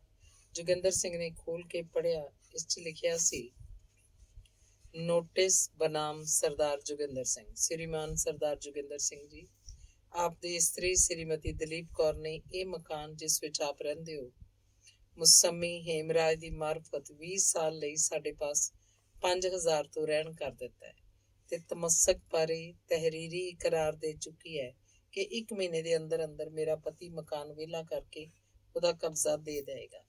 ਸੋ ਬੇਨਤੀ ਹੈ ਕਿ 1 ਹਫ਼ਤੇ ਦੇ ਅੰਦਰ ਅੰਦਰ ਮਕਾਨ ਦਾ ਕਬਜ਼ਾ ਦੇ ਕੇ ਧੰਨਵਾਦੀ ਬਣਾਓ, ਵਰਨਾ ਆਪ ਦੇ ਦਾਸ ਸੇਠ ਕਿਸ਼ਨ ਚੰਦ ਹਨੂਮੰਤ ਰਾਏ ਸਰਾਫ ਲਾਹੌਰ। ਨੋਟਿਸ ਪੜ੍ਹ ਕੇ ਜੋਗਿੰਦਰ ਸਿੰਘ ਨੂੰ ਕੋਈ ਬਹੁਤੀ ਹੈਰਾਨੀ ਨਹੀਂ ਹੋਈ। ਜਿਹੜਾ ਆਦਮੀ ਇੱਕ ਉੱਚੇ ਥਾਂ ਬੈਠਾ ਇਹ ਵੇਖ ਰਿਹਾ ਹੋਵੇ ਕਿ ਦਰਿਆ ਦੇ ਹੜ੍ਹ ਨਾਲ ਉਹਦਾ ਮਾਲ ਅਸਬਾਬ ਤੇ ਹੋਰ ਸਭ ਕੁਝ ਪਾਣੀ ਦੀ ਭੇਟ ਹੋ ਚੁੱਕਾ ਹੈ, ਜੇ ਘਰ ਦੀ ਕੋਈ ਸਭ ਤੋਂ ਛੇਕੜਲੀ ਚੀਜ਼ ਵੀ ਰੁੜਦੀ ਉਹਦੇ ਸਾਹਮਣੇ ਲੰਘ ਜਾਏ ਤਾਂ ਉਸ ਲਈ ਉਹਦੇ ਦਿਲ ਨੂੰ ਕੋਈ ਖਾਸ ਧੱਕਾ ਨਹੀਂ ਲੱਗਦਾ। ਕਾਰਨ ਉਹਦਾ ਦੁੱਖ ਅਨੁਭਵ ਕਰਨ ਵਾਲੀ ਸ਼ਕਤੀ ਪਹਿਲਾਂ ਹੀ ਭਾਰ ਹੇਠ ਦੱਬੀ ਜਾਂਦੀ ਹੈ। ਜੋਗਿੰਦਰ ਸਿੰਘ ਨੂੰ ਵੀ ਇਸ ਨਵੀਂ ਖਬਰ ਨੇ ਕੋਈ ਬਹੁਤ ਬੇਚੈਨ ਨਹੀਂ ਕੀਤਾ। ਉਸੇ ਰਾਤ ਨੂੰ ਘਰ-ਬਾਰ ਛੱਡ ਕੇ ਬਿਨਾਂ ਕਿਸੇ ਨੂੰ ਕੁਝ ਕਹੇ ਸੁਣੇ ਉਹ ਪਤਾ ਨਹੀਂ ਕਿੱਧਰ ਨਿਕਲ ਗਿਆ। ਵੱਡੇ ਵੇਲੇ ਲੋਕਾਂ ਉਹਦੀ ਡਿਊਟੀ ਦੇ ਬੂਹੇ ਤੇ ਕਾਗਜ਼ ਚਿਪਕਿਆ ਵੇਖਿਆ। ਇਸ ਤੇ ਲਿਖਿਆ ਸੀ, ਮੈਂ ਸਭ ਕੁਝ ਗੁਆ ਕੇ ਤੇ ਬਾਕੀ ਰਹਿੰਦਾ ਛੱਡ ਕੇ ਸਦਾ ਲਈ ਜਾ ਰਿਹਾ। ਮੇਰਾ ਪਿੱਛਾ ਕਰਨ ਦੀ ਕੋਈ ਖੇਚਲ ਨਾ ਕਰੇ, ਨਾ ਹੀ ਕਿਸੇ ਨੂੰ ਲੋੜ ਹੈ। ਜੋਗਿੰਦਰ ਸਿੰਘ। ਅੰਗ 19ਵਾਂ। ਐਤਵਾਰ ਦਾ ਦਿਨ ਸੀ। ਸ਼ਕੁੰਤਲਾ ਦੇ ਦੁਆਲੇ ਜਨਾਨੀਆਂ ਦੀ ਚੋਖੀ ਭੀੜ ਲੱਗੀ ਸੀ ਤੇ ਹਰ ਇੱਕ ਤੀਵੀਂ ਉਹਦੇ ਅੰਮ੍ਰਿਤ ਬਚਨ ਸੁਣ ਕੇ ਬਲਿਹਾਰ ਹੋ ਰਹੀ ਸੀ। ਸ਼ਾਮ ਦੇ 5 ਵਜੇ ਜਦ ਸਤਸੰਗ ਸਮਾਪਤ ਹੋਇਆ ਤਾਂ ਉਹ ਘਰ ਮੁੜੀ। ਘਰ ਆ ਕੇ ਉਹਨੇ ਡਿੱਠਾ ਕਿ ਉਹਦਾ ਸਾਰਾ ਟੱਬਰ ਉਦਾਸ ਮੂੰਹ ਕਿਸੇ ਡੂੰਘੀ ਚਿੰਤਾ 'ਚ ਡੁੱਬਾ ਹੋਇਆ। ਉਹ ਝਟਪਟ ਇਹਦਾ ਮਤਲਬ ਨਾ ਸਮਝ ਸਕੀ। ਕੁਝ ਪੁੱਛਣ ਹੀ ਲੱਗੀ ਸੀ ਕਿ ਉਹਦੇ ਭਰਾ ਨੇ ਇੱਕ ਲਿਫਾਫਾ ਉਹਨੂੰ ਦਿੰਦਿਆਂ ਕਿਹਾ, ਜਿਸ ਗੱਲ ਦਾ ਡਰ ਸੀ ਅਖੀਰ ਹੋਈ ਹੋਈ। ਸ਼ਕੁੰਤਲਾ ਨੇ ਲਿਫਾਫੇ ਵਿਚਲੀ ਚਿੱਠੀ ਕੱਢ ਕੇ ਪੜ੍ਹੀ। ਉਸ 'ਚ ਲਿਖਿਆ ਸੀ, श्रीमान सरदार श्याम ਸਿੰਘ ਜੀ, ਤੁਸੀਂ ਇਹ ਸੁਣ ਕੇ ਦੁਖੀ ਹੋਵੋਗੇ ਕਿ ਆਪ ਦਾ ਦਾਮਾਦ ਸਰਦਾਰ ਜੋਗਿੰਦਰ ਸਿੰਘ ਘਰ-ਬਾਰ ਛੱਡ ਕੇ ਕਿਤੇ ਚਲਾ ਗਿਆ। ਇਹਦਾ ਵੇਰਵਾ ਜੋ ਕੁਝ ਹੁਣ ਤੱਕ ਪਤਾ ਲੱਗ ਸਕਿਆ ਇਸ ਪ੍ਰਕਾਰ ਹੈ। ਉਹਦੇ ਚਲੇ ਜਾਣ ਤੋਂ ਮਹੀਨਾ ਕੁ ਪਹਿਲਾਂ ਦਲੀਪ ਕੌਰ ਉਸ ਨਾਲ ਲੜ ਭਿੜ ਕੇ ਜਾਂ ਪਤਾ ਨਹੀਂ ਕਿਸ ਗੱਲੇ ਕਿਤੇ ਚਲੀ ਗਈ ਸੀ। ਮਗਰੋਂ ਪਤਾ ਲੱਗਾ ਕਿ ਉਹ ਗੁਆਂਢੀ ਹੇਮਰਾਜ ਨਾਲ ਨਿਕਲ ਗਈ ਹੈ। ਉਹ ਆਪਣਾ ਗਹਿਣਾ ਗੱਟਾ ਤੇ ਮਕਾਨ ਆਦਿ ਰਜਿਸਟਰੀਆਂ ਵੀ ਨਾਲ ਲੈ ਗਈ। ਇਹ ਤੇ ਤੁਹਾਨੂੰ ਪਤਾ ਹੀ ਹੋਏਗਾ ਕਿ ਸਰਦਾਰ ਜੋਗਿੰਦਰ ਸਿੰਘ ਨੇ ਆਪਣਾ ਮਕਾਨ ਦਲੀਪ ਕੌਰ ਦੇ ਨਾਂ ਲਵਾ ਦਿੱਤਾ ਸੀ। ਪਤਾ ਲੱਗਾ ਕਿ ਉਹ ਮਕਾਨ ਵੀ ਗਹਿਣੇ ਪਾ ਗਈ ਹੈ ਤੇ ਜਦ ਉਹਨੂੰ ਮਕਾਨ ਵਾਲਿਆਂ ਦਾ ਕਬਜ਼ੇ ਲਈ ਨੋਟਿਸ ਪੁੱਜਾ, ਉਸੇ ਰਾਤ ਪਤਾ ਨਹੀਂ ਕਿੱਧਰ ਚਲਾ ਗਿਆ। ਅਸਾਂ ਸਾਰੀ ਗੱਲ ਦੀ ਥਾਣੇ ਰਿਪੋਰਟ ਦੇ ਦਿੱਤੀ ਹੈ, ਕਬਜ਼ਾ ਹਾਲੇ ਨਹੀਂ ਕਰਨ ਦਿੱਤਾ। ਇਸ ਤੋਂ ਛੁੱਟ ਅਖਬਾਰਾਂ 'ਚ ਦਲੀਪ ਕੌਰ ਦੇ ਨਿਕਲ ਜਾਣ ਦੀ ਖਬਰ ਛਪਵਾ ਦਿੱਤੀ ਹੈ ਤੇ ਫੜਨ ਵਾਲੇ ਲਈ ਇਨਾਮ ਵੀ ਰੱਖ ਦਿੱਤਾ ਹੈ। ਨਾਲ ਹੀ ਜੋਗਿੰਦਰ ਸਿੰਘ ਬਾਰੇ ਵੀ ਢੂੰਡ ਭਾਲ ਦਾ ਯਤਨ ਹੋ ਰਿਹਾ ਹੈ। ਸੋ ਉਮੀਦ ਹੈ ਕਿ ਤੁਸੀਂ ਕੋਈ ਆਦਮੀ ਇੱਥੇ ਆ ਕੇ ਇਸ ਕੰਮ ਨੂੰ ਸੰਭਾਲੋਗੇ, ਕਿਉਂਕਿ ਖੇਤੀ ਖਸਮਾਂ ਸੇਤੀ ਹੁੰਦੀ ਹੈ। ਅਜੇ ਵੀ ਪੂਰੀ ਕੋਸ਼ਿਸ਼ ਕੀਤੀ ਜਾਏ ਤਾਂ ਕਿਸੇ ਹੱਦ ਤੱਕ ਬਚਾਅ ਹੋ ਸਕਦਾ ਹੈ। ਸ਼ਕੁੰਤਲਾ ਦੇ ਚਿਹਰੇ ਤੇ ਗੰਭੀਰਤਾ ਛਾ ਗਈ। ਪਤੀ ਦਾ ਇਹ ਭਿਆਨਕ ਅੰਤ ਵੇਖ ਕੇ ਉਹਦੇ ਸਬਰ ਦਾ ਕੜ ਪਾਟ ਗਿਆ। ਅੱਜ ਤੱਕ ਉਹਦਾ ਇਹੋ ਖਿਆਲ ਸੀ ਕਿ ਉਹਦਾ ਪਤੀ ਹੁਣ ਹਰ ਤਰ੍ਹਾਂ ਸੁਖੀ ਹੋਏਗਾ, ਜਦਕਿ ਦਲੀਪ ਕੌਰ ਦੇ ਰਾਹ 'ਚ ਸੌਂਕੜ ਦਾ ਰੋੜਾ ਹਟ ਚੁੱਕਾ ਹੈ। ਇਹੋ ਕਾਰਨ ਸੀ ਕਿ ਉਹਨੇ ਪਤੀ ਵਿਛੋੜੇ ਦੀ ਤਪਸ਼ ਵਿੱਚ ਸੜਦਿਆਂ ਹੋਇਆਂ ਵੀ ਉਸ ਪਾਸ ਜਾਣ ਦਾ ਸਦਾ ਲਈ ਖਿਆਲ ਛੱਡ ਦਿੱਤਾ ਸੀ। ਪਤੀ ਨੂੰ ਸੁਖੀ ਰੱਖਣ ਲਈ ਹਰ ਇੱਕ ਤਸੀਹਾ ਸਹਿਣ ਦਾ ਇੱਕ ਵਾਰੀ ਪ੍ਰਣ ਕਰ ਚੁੱਕੀ ਸੀ। ਉਹਦਾ ਕਈ ਵਾਰੀ ਖਿਆਲ ਹੋਇਆ ਕਿ ਇੱਕ ਅੱਧ ਖਾਤੀ ਪਾ ਦੇਵੇ, ਪਰ ਇਹ ਵੀ ਨਾ ਕਰ ਸਕੀ। ਅੱਜ ਇਸ ਤੇ ਸਭ ਕੁਝ ਉਲਟ ਚੌੜ ਚਪਟ ਹੋਇਆ ਵੇਖ ਕੇ ਸ਼ਕੁੰਤਲਾ ਅਧੀਰ ਹੋ ਉੱਠੀ। ਸੁਣ ਕੇ ਪਿੰਡ ਦੇ ਹੋਰ ਬਹੁਤ ਸਾਰੇ ਬੰਦੇ ਇਕੱਠੇ ਹੋ ਗਏ ਤੇ ਬੜੀ ਗੰਭੀਰਤਾ ਨਾਲ ਇਸ ਮਾਮਲੇ ਤੇ ਵਿਚਾਰ ਕਰਨ ਲੱਗੇ। ਅਖੀਰ ਬੜੀਆਂ ਸੋਚਾਂ ਤੋਂ ਬਾਅਦ ਫੈਸਲਾ ਹੋਇਆ ਕਿ ਸਭ ਤੋਂ ਪਹਿਲਾਂ ਜਿਸ ਤਰ੍ਹਾਂ ਹੋ ਸਕੇ ਮਕਾਨ ਨੂੰ ਬਚਾਉਣ ਦਾ ਬੰਨ ਨੂੰ ਬੰਨਿਆ ਜਾਏ। 15-20 ਹਜ਼ਾਰ ਦਾ ਮਕਾਨ ਭੰਗ ਦੇ ਭਾੜੇ ਨਾ ਚਲਾ ਜਾਏ। ਉਸੇ ਰਾਤ ਸ਼ਕੁੰਤਲਾ ਤੇ ਉਹਦਾ ਭਰਾ ਉੱਤਮ ਸਿੰਘ ਗੱਡੀ ਚੜ੍ਹ ਕੇ ਦੂਜੇ ਦਿਨ ਲਾਹੌਰ ਜਾ ਪੁੱਜੇ। ਗਲੀ ਵੜਦਿਆਂ ਸ਼ਕੁੰਤਲਾ ਦੀਆਂ ਸਹੇਲੀਆਂ ਡਡਿਆ ਕੇ ਉਹਦੇ ਗਲ ਚੰਬੜ ਗਈਆਂ। ਅੱਜ ਸ਼ਕੁੰਤਲਾ ਨੂੰ ਪਛਾਣਨਾ ਵੀ ਔਖਾ ਸੀ। ਭਾਵੇਂ ਉਹਦੇ ਚਿਹਰੇ ਤੇ ਅੱਖਾਂ ਵਿੱਚੋਂ ਕੋਈ ਅਜਬੀ ਜਲਾਲ ਫੁੱਟ-ਫੁੱਟ ਕੇ ਨਿਕਲ ਰਿਹਾ ਸੀ, ਪਰ ਉਹਦਾ ਚੰਨਣ ਦੀ ਗੇਲੀ ਵਰਗਾ ਸਰੀਰ ਅੱਜ ਹੱਡੀਆਂ ਦਾ ਪਿੰਜਰ ਸੀ। ਘਰ ਦਾ ਜੰਦਰਾ ਤੋੜ ਕੇ ਦੋਵੇਂ ਭੈਣ ਭਰਾ ਅੰਦਰ ਵੜੇ। ਉਹੀ ਘਰ ਸੀ, ਉਹੀ ਕੰਧਾਂ, ਉਹੀ ਸਭ ਕੁਝ ਸੀ, ਪਰ ਇਹਦੀ ਹਰ ਇੱਕ ਚੀਜ਼ ਪਾਸੋਂ ਸ਼ਕੁੰਤਲਾ ਨੂੰ ਡਰ ਆਉਂਦਾ ਸੀ ਤੇ ਇਹਦੇ ਨਾਲ ਹੀ ਪਤੀ ਦੀਆਂ ਤਰ੍ਹਾਂ ਤਰ੍ਹਾਂ ਦੀਆਂ ਮੂਰਤਾਂ ਉਹਦੀਆਂ ਅੱਖਾਂ ਅੱਗੇ ਫਿਰਦੀਆਂ ਸਨ। ਉੱਪਰ ਜਾ ਕੇ ਉਹਨੇ ਬੈਠਕ ਖੋਲੀ। ਇੱਥੇ ਕਦੀ ਬਹਾਰ ਸੀ ਤੇ ਸ਼ਕੁੰਤਲਾ ਬੁਲਬੁਲ ਵਾਂਗ ਅੰਦਰ ਬਾਹਰ ਚਹਿਕਦੀ ਹੁੰਦੀ ਸੀ, ਪਰ ਅੱਜ ਦੀ ਹਰ ਚੀਜ਼ ਤੇ ਪਤਝੜ ਦੀ ਉਦਾਸੀ ਛਾਈ ਹੋਈ ਸੀ। ਸ਼ਕੁੰਤਲਾ ਦੇ ਉੱਚੇ ਜੀਵਨ ਨੇ ਭਾਵੇਂ ਉਹਦੀਆਂ ਸਾਰੀਆਂ ਇੰਦਰੀਆਂ ਨੂੰ ਕਿਸੇ ਹੋਰ ਸੰਚੇ 'ਚ ਢਾਲ ਦਿੱਤਾ ਸੀ, ਪਰ ਅੱਜ ਉਹਦੇ ਅੰਦਰ ਦਰਦਾਂ ਦਾ ਐਸਾ ਭਿਆਨਕ ਤੂਫਾਨ ਆਇਆ ਕਿ ਉਹਦੇ ਸਬਰ ਸੰਤੋਖ ਦੇ ਸਭ ਹੱਦ ਬੰਨੇ ਟੁੱਟ ਗਏ। ਉਹਦੇ ਅੰਦਰੋਂ ਇੱਕ ਦਰਦਾਂ ਨਾਲ ਵਿੰਨੀ ਚੀਕ ਨਿਕਲੀ ਤੇ ਨਾਲ ਹੀ ਉਹਦੀਆਂ ਅੱਖਾਂ ਨੇ ਝੜੀ ਲਾ ਦਿੱਤੀ। ਉਹਦਾ ਤੜਫਾ ਦੇਣ ਵਾਲੀ ਇਹ ਹਾਲਤ ਵੇਖ ਕੇ ਉੱਤਮ ਸਿੰਘ ਦੇ ਅੱਥਰੂ ਵੀ ਨਾ ਰੁਕ ਸਕੇ। ਉਹ ਭੈਣ ਨੂੰ ਦਿਲਾਸੇ ਤੇ ਦਿਲਬਰੀਆਂ ਦਿੰਦਾ ਬੋਲਿਆ, ਬੀਬੀ ਹੌਸਲਾ ਕਰ, ਵਾਹਿਗੁਰੂ ਨੇ ਦੁੱਖ ਦਿੱਤਾ ਹੈ ਤੇ ਸੁੱਖ ਵੀ ਦੇਏਗਾ, ਰੋਇਆ ਕੀ ਬਣਦਾ ਹੈ। ਉੱਤਮ ਸਿੰਘ ਤੇ ਸ਼ਕੁੰਤਲਾ ਦੇ ਆਉਣ ਦੀ ਖਬਰ ਸੁਣ ਕੇ ਗਲੀ ਮਹੱਲੇ ਵਾਲੇ ਉਹਦੇ ਘਰ ਆ ਜੁੜੇ। ਉਹਨਾਂ ਨੇ ਉਸ ਸੇਠ ਨੂੰ ਵੀ ਸੱਦ ਲਿਆਂਦਾ ਜਿਸ ਪਾਸ ਮਕਾਨ ਗਹਿਣੇ ਸੀ। ਭਾਵੇਂ ਸੇਠ ਬੜਾ ਸ਼ੂਮ ਤੇ ਪੈਸੇ ਦਾ ਪੀਰ ਸੀ, ਪਰ ਸ਼ਕੁੰਤਲਾ ਵੱਲ ਵੇਖ ਕੇ ਉਹਦਾ ਦਿਲ ਵੀ ਪੰਘਰ ਪਿਆ। ਉਹਨੇ ਦਲੇਰੀ ਨਾਲ ਕਿਹਾ, ਬੀਬੀ ਭੈਣ ਤੂੰ ਰੋ ਨਾ, ਆਪਣੇ ਘਰ 'ਚ ਸੁੱਖ ਨਾਲ ਵਸ ਰਸ, ਪਰਮਾਤਮਾ ਤੇਰੇ ਪਤੀ ਨੂੰ ਛੇਤੀ ਲਿਆਏਗਾ, ਕਿਸੇ ਗੱਲ ਦਾ ਫਿਕਰ ਨਾ ਕਰ। ਜਦੋਂ ਤੇਰਾ ਹੱਥ ਪਏਗਾ ਉਦੋਂ ਹੀ ਰੁਪਏ ਦੇਵੀਂ, ਤੈਨੂੰ ਇਸ ਬਾਰੇ ਕੋਈ ਨਹੀਂ ਪੁੱਛੇਗਾ। ਗਲੀ ਵਾਲਿਆਂ ਨੇ ਇੱਕ ਜ਼ਬਾਨ ਹੋ ਕੇ ਸੇਠ ਦੀ ਸ਼ਲਾਘਾ ਕੀਤੀ। ਦੂਜੇ ਦਿਨ ਉੱਤਮ ਸਿੰਘ ਨੇ ਪਹਿਲਾਂ ਥਾਣੇ ਜਾ ਕੇ ਦਲੀਪ ਕੌਰ ਤੇ ਹੇਮਰਾਜ ਦੇ ਦਸਤੀ ਵਾਰੰਟ ਕਢਾਏ, ਫਿਰ ਸਫ਼ਰ ਸਮਾਨ ਭਰ ਕੇ ਉਸੇ ਰਾਤ ਸ਼ਕੁੰਤਲਾ ਨੂੰ ਉੱਥੇ ਛੱਡ ਕੇ ਆਪ ਏਡੇ ਖੁੱਲੇ ਸੰਸਾਰ 'ਚ ਤਿੰਨ ਹਸਤੀਆਂ ਦੀ ਭਾਲ ਲਈ ਲੰਮੇ ਦਾਈਏ ਬਣ ਕੇ ਤੁਰ ਪਿਆ। ਅੰਗ ਨੀਵਾਂ। ਸ਼ਕੁੰਤਲਾ ਲਈ ਇਸ ਸਰਾਂ ਜਿੱਡੇ ਸੁੰਨਸਾਨ ਘਰ 'ਚ ਇਕੱਲਿਆਂ ਰਹਿਣਾ ਔਖਾ ਸੀ। ਉਹਨੇ ਹੇਠਲੇ ਹਿੱਸੇ 'ਚ ਕਿਰਾਏਦਾਰ ਵਸਾਲੇ ਤੇ ਆਪ ਉੱਤੇ ਰਹਿਣ ਲੱਗੀ। ਉਹਦੀਆਂ ਸਹੇਲੀਆਂ ਨੇ ਤੇ ਸੱਤ ਸੰਗਣਾ ਘਰ ਦੇ ਕੰਮ ਛੱਡ ਕੇ ਵੀ ਹਰ ਵੇਲੇ ਉਹਦੇ ਪਾਸ ਰਹਿਣ ਦਾ ਯਤਨ ਕਰਦੀਆਂ। ਹੌਲੀ ਹੌਲੀ ਸ਼ਕੁੰਤਲਾ ਦਾ ਦਿਲ ਕੁਝ ਟਿਕਾਣੇ ਹੋਇਆ ਤਾਂ ਫਿਰ ਉਸੇ ਤਰ੍ਹਾਂ ਭਜਨ ਸਿਮਰਨ 'ਚ ਪਰਿਵਰਤਿਤ ਹੋਣ ਲੱਗੀ। ਜਦ ਦੀ ਸ਼ਕੁੰਤਲਾ ਚਲੀ ਗਈ ਸੀ, ਇਸਤਰੀ ਸਤਸੰਗ ਦਾ ਕੰਮ ਉੱਕਾ ਹੀ ਢਿੱਲਾ ਪੈ ਗਿਆ ਸੀ। ਜਿੱਥੇ ਐਤਵਾਰ ਨੂੰ 200-250 ਤੀਵੀਆਂ ਦਾ ਇਕੱਠ ਹੁੰਦਾ ਸੀ, ਉੱਥੇ ਅੱਜ ਕੱਲ੍ਹ 20-25 ਤੇ ਆ ਗਿਆ। ਸ਼ਕੁੰਤਲਾ ਦੇ ਆਉਣ ਨਾਲ ਸਤਸੰਗ ਦੀ ਰੌਣਕ ਫਿਰ ਚਮਕ ਉੱਠੀ ਤੇ ਦਿਨਾਂ ਵਿੱਚ ਹੀ ਅੱਗੇ ਨਾਲੋਂ ਸਵਾਈ ਹੋ ਗਈ। ਸ਼ਕੁੰਤਲਾ ਅੱਜ ਕੱਲ੍ਹ ਵਿਹਲੀ ਬਹੁਤ ਘੱਟ ਰਹਿੰਦੀ ਸੀ। ਉਹਨੇ ਗਲੀ ਦੀਆਂ ਕੁੜੀਆਂ ਨੂੰ ਸਿਉਣਾ, ਪਰੋਣਾ, ਲਿਖਣਾ, ਪੜ੍ਹਨਾ ਆਦਿ ਸਿਖਾਉਣ ਦਾ ਕੰਮ ਆਰੰਭ ਦਿੱਤਾ ਤੇ ਦਿਨਾਂ 'ਚ ਹੀ ਉਹਦੀ ਛੱਤ ਕੁੜੀਆਂ ਨਾਲ ਭਰ ਗਈ। ਜਦੋਂ ਹੀ ਡਾਕ ਦਾ ਵੇਲਾ ਹੁੰਦਾ, ਉਹਨੂੰ ਭਰਾ ਦੇ ਖੱਤ ਦੀ ਉਡੀਕ ਲੱਗ ਜਾਂਦੀ। ਉਹਨੂੰ ਗਿਆ ਹੋਇਆ ਰੁਪਇਆ ਤੇ ਗਹਿਣਾ ਆਦਿ ਮਿਲਣ ਦੀ ਜਾਂ ਨਾ ਮਿਲਣ ਦੀ ਕੋਈ ਚਿੰਤਾ ਨਹੀਂ ਸੀ। ਉਹ ਤਾਂ ਪਤੀ ਦੀ ਉਗ ਸੁਗ ਮਿਲਣ ਲਈ ਹੀ ਤੰਗਦੀ ਰਹਿੰਦੀ ਸੀ। ਉੱਤਮ ਸਿੰਘ ਨੂੰ ਗਿਆ 2 ਮਹੀਨੇ ਬੀਤ ਗਏ ਤੇ ਇਸ ਸਮੇਂ ਵਿੱਚ ਉਹਦੇ 3-4 ਖੱਤ ਵੀ ਆਏ, ਪਰ ਉਹਨਾਂ 'ਚ ਕੋਈ ਸਫਲਤਾ ਦੀ ਗੱਲ ਨਹੀਂ ਸੀ। ਮਹੀਨਾ ਕੁ ਹੋਰ ਲੰਘ ਗਿਆ ਤੇ ਸਾਰੇ ਮਹੀਨੇ 'ਚ ਸ਼ਕੁੰਤਲਾ ਨੂੰ ਭਰਾ ਦਾ ਕੋਈ ਖੱਤ ਨਾ ਆਇਆ। ਇਹਨਾਂ ਦਿਨਾਂ 'ਚ ਸ਼ਕੁੰਤਲਾ ਦੀ ਮਾਂ ਤੇ ਪਿਓ ਇੱਥੇ ਆਏ ਤੇ 2 ਕੁ ਦਿਨ ਰਹਿ ਕੇ ਚਲੇ ਗਏ। ਧੀ ਦੇ ਬੂਹੇ ਤੇ ਬੈਠਣਾ ਉਹਨਾਂ ਲਈ ਬੜਾ ਔਖਾ ਸੀ। ਉਹਨਾਂ ਸ਼ਕੁੰਤਲਾ ਨੂੰ ਨਾਲ ਲੈ ਜਾਣ ਲਈ ਬੜਾ ਜ਼ੋਰ ਲਾਇਆ, ਪਰ ਉਹਨੇ ਇਹੋ ਉੱਤਰ ਦਿੱਤਾ ਕਿ ਮੈਂ ਭਰਾ ਨੂੰ ਅਜੇ ਹੋਰ ਕੁਝ ਦਿਨ ਇੱਥੇ ਹੀ ਉਡੀਕਾਂਗੀ ਤੇ ਜਦੋਂ ਆਏਗਾ ਉਹਦੇ ਨਾਲ ਹੀ ਚਲੀ ਆਵਾਂਗੀ। ਇੱਕ ਦਿਨ ਦੀ ਗੱਲ ਹੈ, ਸ਼ਕੁੰਤਲਾ ਵਿਹੜੇ 'ਚ ਬੈਠੀ ਕੁੜੀਆਂ ਤੋਂ ਸੰਥਾ ਸੁਣ ਰਹੀ ਸੀ। ਉਹਨੂੰ ਕਿਸੇ ਦੇ ਪੌੜੀਆਂ ਚੜ੍ਹਨ ਦੀ ਆਵਾਜ਼ ਆਈ ਤੇ ਇਸ ਦੇ ਨਾਲ ਹੀ ਉਸਨੂੰ ਹੇਠੋਂ ਕਿਰਾਏਦਾਰਨੀ ਨੇ ਕਿਹਾ, ਬੀਬੀ ਸ਼ਕੁੰਤਲਾ, ਭਰਾ ਆਇਆ ਈ। ਸ਼ਕੁੰਤਲਾ ਬੜਵਾਈ ਉੱਠ ਕੇ ਨੱਸੀ। ਉਹ ਦਲੀਜਾਂ 'ਚ ਹੀ ਸੀ ਕਿ ਉੱਤਮ ਸਿੰਘ ਕੁਲੀ ਤੋਂ ਟਰੰਕ ਤੇ ਬਿਸਤਰਾ ਚੁਕਾਈ ਅੰਦਰ ਆ ਗਿਆ।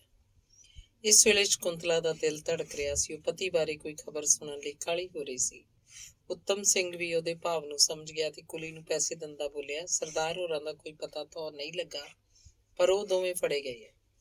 ਸ਼ਕੁੰਤਲਾ ਦੇ ਦਿਲ ਦਾ ਜੋਸ਼ ਠੰਡਾ ਪੈ ਗਿਆ। ਸਾਸ ਉਹਨੂੰ ਜਵਾਬ ਦੇ ਗਿਆ, ਪਰ ਦੁਨੀਆਦਾਰੀ ਪੂਰੀ ਕਰਨ ਲਈ ਉਹਨੇ ਬੜੀ ਹੈਰਾਨੀ ਨਾਲ ਪੁੱਛਿਆ, ਦਲੀਪ ਕੌਰ ਫੜੀ ਗਈ, ਕਿੱਥੋਂ ਭਰਾ? ਕੁਝ ਚਿਰ ਬੈਠ ਕੇ ਉੱਤਮ ਸਿੰਘ ਨੇ ਸਫ਼ਰ ਦਾ ਹਾਲ ਇਸ ਤਰ੍ਹਾਂ ਸੁਣਾਉਣਾ ਸ਼ੁਰੂ ਕੀਤਾ। ਇੱਥੋਂ ਜਾ ਕੇ ਮੈਂ ਹਰਿਦੁਆਰ, ਦਿੱਲੀ, ਮਥੁਰਾ, ਪ੍ਰਯਾਗਰਾਜ, ਕਾਂਸ਼ੀ ਤੇ ਹੋਰ ਕਈ ਵੱਡੇ ਤੇ ਛੋਟੇ ਸ਼ਹਿਰਾਂ 'ਚ ਫਿਰਦਾ ਟੱਕਰਾਂ ਮਾਰਦਾ ਰਿਹਾ, ਪਰ ਕਿਤੋਂ ਕੋਈ ਪਤਾ ਨਹੀਂ ਲੱਗਾ।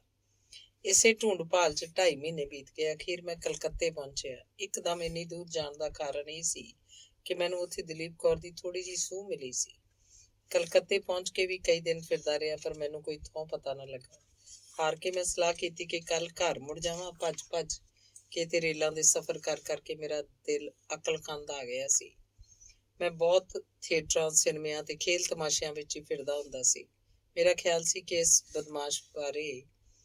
ਇਸ ਬਦਮਾਸ਼ ਪਾਸ 12-13 ਹਜ਼ਾਰ ਨਕਦ ਮੌਜੂਦ ਹੈ। ਜ਼ਰੂਰ ਕਿਸੇ ਐਸੀ ਥਾਂ ਫਿਰਦਾ ਹੋਏਗਾ। ਉਸੇ ਰਾਤ ਜਦ ਮੈਂ ਢੂੰਡ ਭਾਲ ਕਰਕੇ ਇੱਕ ਸਰਾਂ ਵੱਲ, ਜਿੱਥੇ ਮੇਰਾ ਡੇਰਾ ਸੀ, ਮੁੜਿਆ ਜਾ ਰਿਹਾ ਸੀ ਤੇ ਇੱਕ ਸੌੜੇ ਜਿਹੇ ਬਾਜ਼ਾਰ 'ਚ ਰੁਕ ਗਿਆ। ਸੜਕ ਤੇ ਇੱਕ ਮੋਟਰ ਵਿਗੜੀ ਪਈ ਸੀ ਤੇ ਰਾਹ ਬੰਦ ਹੋਣ ਕਰਕੇ ਕਈ ਹੋਰ ਮੋਟਰਾਂ ਵੀ ਰੁਕ ਗਈਆਂ ਸਨ ਤੇ ਆਦਮੀਆਂ ਦੀ ਵੀ ਚੋਖੀ ਭੀੜ ਲੱਗ ਗਈ ਸੀ। ਇਸੇ ਵੇਲੇ ਮੇਰੀ ਨਜ਼ਰ ਇੱਕ ਬੱਸ 'ਚ ਬੈਠੀਆਂ ਸਵਾਰੀਆਂ ਤੇ ਜਾ ਪਈ, ਜਿਨ੍ਹਾਂ 'ਚ ਦਲੀਪ ਕੌਰ ਤੇ ਹੇਮਰਾਜ ਨਾਲੋਂ ਨਾਲ ਬੈਠੇ ਹੋਏ ਮੇਰੀ ਨਜ਼ਰੀ ਪਈ। ਮੈਂ ਛੇਤੀ ਨਾਲ ਜਿੱਧਰ ਉਹਨਾਂ ਦੀ ਪਿੱਠ ਸੀ ਉਸ ਪਾਸੇ ਹੋ ਗਿਆ। ਮੈਂ ਸੋਚਿਆ ਜੇ ਇਹਨਾਂ ਮੈਨੂੰ ਵੇਖ ਲਿਆ ਤੇ ਕੰਮ ਵਿਗੜ ਜਾਏਗਾ। ਇੱਕ ਖਾਲੀ ਟੈਕਸੀ ਖੜੀ ਸੀ। ਮੈਂ ਚਾਦਰ ਦੀ ਝੁੰਮ ਮਾਰ ਕੇ ਉਸ ਵਿੱਚ ਬੈਠ ਗਿਆ। ਡਰਾਈਵਰ ਨੂੰ ਸਮਝਾ ਦਿੱਤਾ ਕਿ ਉਸ ਬੱਸ 'ਚ 2 ਨੱਸੇ ਹੋਏ ਮੁਲਜ਼ਮ ਹਨ, ਮੈਂ ਉਹਨਾਂ ਦਾ ਪਿੱਛਾ ਕਰਨਾ ਚਾਹੁੰਦਾ। ਥੋੜੇ ਚਿਰ ਪਿੱਛੋਂ ਰਾਹ ਸਾਫ਼ ਹੋ ਗਿਆ ਤੇ ਮੇਰੀ ਟੈਕਸੀ ਉਸ ਬੱਸ ਦੇ ਮਗਰ ਕੁਝ ਵਿੱਥ ਛੱਡ ਕੇ ਤੁਰ ਪਈ। ਉਹ ਦੋਵੇਂ ਇੱਕ ਹੋਟਲ ਸਾਹਮਣੇ ਜਾ ਉਤਰੇ। ਇਸ ਵੇਲੇ ਉਹਨਾਂ ਦੋਹਾਂ ਨੇ ਬੜੇ ਕੀਮਤੀ ਕੱਪੜੇ ਪਾਏ ਸਨ। ਮੈਂ ਸੋਚਿਆ ਹੁਣ ਇਹ ਰਾਤ ਦੇ ਵੇਲੇ ਇੱਥੋਂ ਕਿਤੇ ਨਹੀਂ ਜਾਣਗੇ। ਮੈਂ ਉਸ ਮੋਟਰ ਤੇ ਫਿਰ ਪਿੱਛੇ ਮੁੜ ਕੇ ਲਾਗਲੇ ਥਾਣੇ ਪੁੱਜਾ। ਉੱਥੋਂ ਵਾਰੰਟ ਦਿਖਾ ਕੇ ਸਾਰੀ ਗੱਲ ਦੱਸ ਕੇ ਮੈਂ 2 ਸਿਪਾਹੀ ਨਾਲ ਲਏ ਤੇ ਫਿਰ ਉਸੇ ਹੋਟਲ 'ਚ ਆ ਗਿਆ। ਅਸਾਂ ਅੰਦਰ ਜਾ ਕੇ ਹੋਟਲ ਦੇ ਮੈਨੇਜਰ ਪਾਸੋਂ ਇੱਕ ਪੰਜਾਬੀ ਤੇ ਉਹਦੀ ਸਾਥਣ ਦਾ ਪਤਾ ਪੁੱਛਿਆ। ਉਹਨੇ ਦੱਸਿਆ ਕਮਰਾ ਨੰਬਰ 13 'ਚ ਇੱਕ ਪੰਜਾਬੀ ਤੇ ਉਹਦੀ ਵਹੁਟੀ ਰਹਿੰਦੇ ਆ। ਉਹਨਾਂ ਨੇ ਆਪਣਾ ਨਾਮ ਜਗਤ ਰਾਮ ਤੇ ਵਿਦਿਆਵਤੀ ਲਿਖਾਏ ਨੇ। ਅਸੀਂ 13 ਨੰਬਰ ਦੇ ਕਮਰੇ ਨੂੰ ਜਾ ਡਿੱਠਾ। ਉਹਦਾ ਬੂਹਾ ਖੁੱਲ੍ਹਾ ਸੀ। ਦਲੀਪ ਕੌਰ ਸ਼ੀਸ਼ੇ ਦੇ ਸਾਹਮਣੇ ਖੜੀ ਵਾਲਾਂ ਨੂੰ ਠੀਕ ਕਰ ਰਹੀ ਸੀ ਤੇ ਹੇਮਰਾਜ ਬਾਜ਼ਾਰੋਂ ਲਿਆਂਦੀਆਂ ਕੋਈ ਚੀਜ਼ਾਂ ਨੂੰ ਲਿਫਾਫਿਆਂ 'ਚੋਂ ਕੱਢ ਕੇ ਇੱਕ ਮੇਜ਼ ਤੇ ਰੱਖ ਰਿਹਾ ਸੀ। ਦਲੀਪ ਕੌਰ ਨੂੰ ਸ਼ੀਸ਼ੇ ਵਿੱਚ ਮੇਰੀ ਤੇ ਇੱਕ ਸਿਪਾਹੀ ਦੀ ਸ਼ਕਲ ਦਿਸੀ। ਉਹ ਛੇਤੀ ਨਾਲ ਪਿੱਛੇ ਤੱਕੀ। ਬੂਹੇ 'ਚ ਸਾਨੂੰ ਖੜੇ ਵੇਖ ਕੇ ਹੈਰਾਨੀ ਨਾਲ ਬੋਲੀ, ਕੀ ਗੱਲ ਹੈ, ਕਿਹਨੂੰ ਪੁੱਛਦੇ ਹੋ? ਮੇਰੀ ਸ਼ਕਲ ਤੋਂ ਹੇਮਰਾਜ ਵਾਕਫ ਸੀ। ਉਹਨੂੰ ਪਿੱਸੂ ਪੈ ਗਏ। ਇੰਨੇ ਨੂੰ ਇੱਕ ਸਿਪਾਹੀ ਨੇ ਅਗਾਂਹ ਹੋ ਕੇ ਹੇਮਰਾਜ ਨੂੰ ਦੋਵੇਂ ਵਾਰੰਟ ਦਿਖਾਏ ਤੇ ਫਿਰ ਹੱਥਕੜੀ ਸੰਭਾਲ ਕੇ ਖੜਾ ਹੋ ਗਿਆ। ਹੇਮਰਾਜ ਦਾ ਰੰਗ ਪੀਲਾ ਪੈ ਗਿਆ ਤੇ ਦਲੀਪ ਕੌਰ ਤਾਂ ਥਰ-ਥਰ ਕੰਬਣ ਲੱਗ ਪਈ। ਹੇਮਰਾਜ ਘਾਬਰ ਕੇ ਪੈਰਾਂ ਤੇ ਡਿੱਗ ਪਿਆ ਤੇ ਵਾਸਤਾ ਪਾ ਕੇ ਕਹਿਣ ਲੱਗਾ, ਸਰਦਾਰ ਜੀ, ਜਿੱਕਣ ਹੋ ਸਕੇ ਸਾਨੂੰ ਬਚਾ ਲਓ। ਕੋਈ ਘੰਟਾ ਉਹ ਦੋਵੇਂ ਮੇਰੇ ਤੇ ਸਿਪਾਹੀਆਂ ਦੇ ਪੈਰਾਂ ਤੇ ਡਿੱਗਦੇ ਰਹੇ ਤੇ ਛੇਕੜ ਕਹਿਣ ਲੱਗੇ, ਸਾਡੇ ਪਾਸ ਜੋ ਕੁਝ ਹੈ ਸਭ ਲੈ ਜਾਓ, ਸਾਨੂੰ ਖੱਜਲ ਨਾ ਕਰੋ, ਇਸ ਤਰ੍ਹਾਂ ਤੁਹਾਡੇ ਹੱਥ ਕੀ ਆਏਗਾ। ਮੈਂ ਵੀ ਸੋਚਿਆ ਕਿ ਅਸਾਂ ਅੰਬ ਲੈਣੇ ਨੇ ਕਿ ਰੁੱਖ ਗਿਣਨੇ ਨੇ। ਮੇਰੇ ਪੁੱਛਣ ਤੇ ਹੇਮਰਾਜ ਨੇ ਦੱਸਿਆ ਕਿ ਉਹਨਾਂ ਪਾਸ 9,000 ਨਕਦ ਤੇ 4,000 ਦਾ ਗਹਿਣਾ ਸੀ, ਜਿਸ ਵਿੱਚੋਂ 1,000 ਕੁ ਖਰਚ ਹੋ ਗਿਆ। ਬਾਕੀ ਸਭ ਕੁਝ ਸਾਡੇ ਪਾਸ ਹੈ, ਸੋ ਤੁਸੀਂ ਲੈ ਲਓ। ਮੈਨੂੰ ਵੀ ਇਹ ਗੱਲ ਚੰਗੀ ਲੱਗੀ। ਰੁਪਇਆ ਤੇ ਗਹਿਣਾ ਸਭ ਉਹਨਾਂ ਮੇਰੇ ਅੱਗੇ ਢੇਰੀ ਕਰ ਦਿੱਤਾ। ਇਹਦੇ ਨਾਲ ਹੀ ਇਕਰਾਰ ਕਰਾ ਲਿਆ ਕਿ ਦਲੀਪ ਕੌਰ ਕੱਲ ਕਚਹਿਰੀ ਚੱਲ ਕੇ ਜਿਹੜੀ ਜਾਇਦਾਦ ਇਹਦੇ ਨਾਮ ਲੱਗੀ ਹੈ ਉਹਦੀ ਦਸਤਬਰਦਾਰੀ ਸ਼ਕੁੰਤਲਾ ਦੇ ਹੱਕ 'ਚ ਲਿਖ ਦੇਵੇ। ਉਹਨਾਂ ਇਹ ਮੰਨ ਲਿਆ। ਸਿਪਾਹੀਆਂ ਪਾਸੋਂ ਵਾਰੰਟ ਮੈਂ ਲੈ ਲਏ ਤੇ ਉਹਨਾਂ ਨੂੰ 100 ਰੁਪਇਆ ਵੱਡੀ ਦੇ ਕੇ ਤੋਰਿਆ। ਨਾਲੇ ਕਹਿ ਦਿੱਤਾ ਕਿ ਥਾਣੇ ਜਾ ਕੇ ਆਖ ਦੇਣਾ ਮੁਲਜ਼ਮ ਸਾਡੇ ਜਾਣ ਤੋਂ ਪਹਿਲਾਂ ਨੱਸ ਗਏ। ਦੂਜੇ ਦਿਨ ਕਚਹਿਰੀ ਜਾ ਕੇ ਮੈਂ ਦਲੀਪ ਕੌਰ ਪਾਸੋਂ ਬੇਦਾਵੇ ਦੀ ਵਸੀਅਤ ਲਿਖਾ ਕੇ ਰਜਿਸਟਰਾਰ ਪਾਸੋਂ ਤਸਦੀਕ ਕਰਾ ਲਈ ਤੇ ਜੱਟ ਵੱਲ ਖੇਡ ਕੇ ਮੈਂ ਇੱਧਰ ਮੁੜਿਆ। ਸ਼ਕੁੰਤਲਾ ਦਾ ਹੋਰ ਸਭ ਕੁਝ ਮੁੜ ਆਇਆ, ਪਰ ਇਹ ਸਭ ਕੁਝ ਹੋਣਾ ਨਾ ਹੋਣਾ ਉਸ ਲਈ ਇੱਕੋ ਜਿਹਾ ਸੀ। ਉਹ ਤਾਂ ਸਗੋਂ ਚਾਹੁੰਦੀ ਸੀ ਕਿ ਸਭ ਕੁਝ ਚਲਾ ਜਾਵੇ, ਰਹਿੰਦਾ ਖੁੰਦਾ ਵੀ ਕੋਈ ਲੈ ਜਾਏ, ਪਰ ਇੱਕ ਵਾਰੀ ਉਹਦਾ ਸਰਬੰਸ, ਉਹਦਾ ਪਤੀ ਕੋਈ ਮੋੜ ਲਿਆਵੇ। ਦੂਜੇ ਦਿਨ ਉੱਤਮ ਸਿੰਘ ਸਭ ਕੁਝ ਭੈਣ ਦੇ ਹਵਾਲੇ ਕਰਕੇ ਸ਼ਾਹੂਕਾਰ ਪਾਸੋਂ ਮਕਾਨ ਛੁਡਾ ਕੇ ਉਹਦਾ ਰਹਿਣਨਾਮਾ ਮਨਸੂਖ ਕਰਵਾ ਕੇ ਪਿੰਡ ਚਲਾ ਗਿਆ। ਸ਼ਕੁੰਤਲਾ ਉੱਥੇ ਹੀ ਰਹੀ। ਸ਼ਕੁੰਤਲਾ ਨਾਂ ਨੂੰ ਤਾਂ ਸਭ ਕੁਝ ਕਰਦੀ ਸੀ, ਕੁੜੀਆਂ ਨੂੰ ਵੀ ਪੜ੍ਹਾਉਂਦੀ ਸੀ, ਸਤਸੰਗ 'ਚ ਜਾ ਕੇ ਕਥਾ ਵੀ ਕਰਦੀ ਸੀ। ਉਹਦੇ ਦਿਲ ਦੀ ਪਰੇਸ਼ਾਨੀ ਅੱਜ ਕੱਲ੍ਹ ਫੇਰ ਵੱਧ ਗਈ ਤੇ ਇੰਨੀ ਵੱਧ ਗਈ ਕਿ ਕਿਸੇ ਵੇਲੇ ਦੂਰ ਨਹੀਂ ਸੀ ਹੁੰਦੀ। ਅੰਗ 21। ਹਟ ਜਾਓ ਪਿੱਛੇ, ਕੌਣ ਏ ਤੂੰ ਬਿੱਜੂ ਜਿਹਾ, ਨੱਸ ਜਾ ਇੱਥੋਂ, ਗਲੀ 'ਚ ਨਾ ਵੜੀ, ਮੁੰਡੇ ਕੁੜੀਆਂ ਡਰ ਜਾਣਗੇ, ਕਹਿ ਕੇ ਚੌਕੀਦਾਰ ਨੇ ਉਹਨੂੰ ਗਲੀ ਦੇ ਬੂਹੇ ਤੇ ਹੀ ਰੋਕ ਲਿਆ। ਲਾਹੌਰ ਦੇ ਗਲੀਆਂ ਬਾਜ਼ਾਰਾਂ ਤੇ ਕਈ ਮੋੜ ਮੁੜਦਾ ਤੇ ਡਿੱਗਦਾ ਢਹਿੰਦਾ ਇੱਕ ਪਰਦੇਸੀ ਫਕੀਰ ਇਸ ਗਲੀ ਦੇ ਫਾਟਕ ਅੱਗੇ ਆ ਕੇ ਰੁਕਿਆ। ਉਹਦੇ ਸਰੀਰ ਤੇ ਇੱਕ ਪਾਟੀ ਹੌਲੀ ਕਾਲੀ ਕੰਬਲੀ ਤੇੜ ਇੱਕ 4 ਗਿੱਠਾਂ ਦੀ ਟਾਕੀ ਤੇ ਸਿਰ 2 ਕੁ ਗਜ ਦੀ ਪਾਟੀ ਹੋਈ ਪਗੜੀ ਤੋਂ ਛੁੱਟ ਹੋਰ ਕੁਝ ਨਹੀਂ ਸੀ।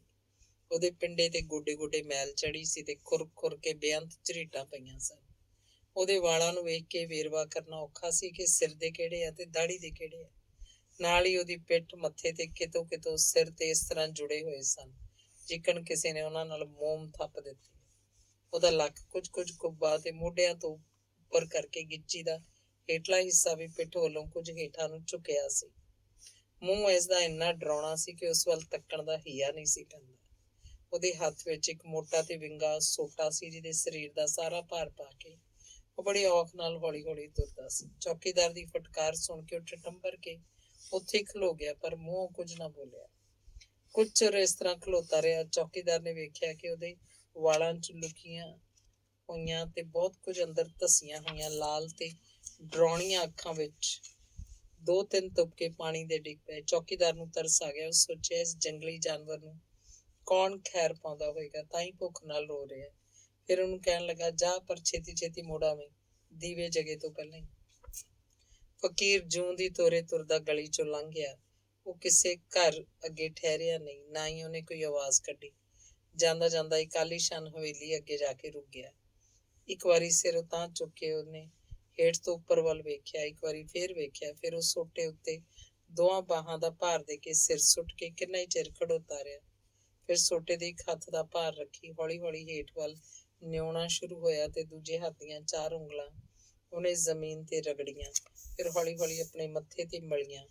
ਇੱਕ ਵਾਰ ਉਹ ਫੇਰ ਨਿਵਿਆ ਤੇ ਹੱਥ ਨਾਲ ਇੱਧਰੋਂ ਉੱਧਰੋਂ ਇਕੱਠੀ ਕਰਕੇ ਚੁਟਕੀ ਕੁ ਮਿੱਟੀ ਚੁੱਕ ਲਈ ਤੇ ਫਿਰ ਸਿੱਧਾ ਖੜਾ ਹੋ ਸੋਟਾ ਕੱਛ ਹੇਠ ਦੇ ਕੇ ਉਹਨੇ ਸਿਰ ਵਾਲੀ ਪੱਗ ਦਾ ਲੜ ਲਾਇਆ।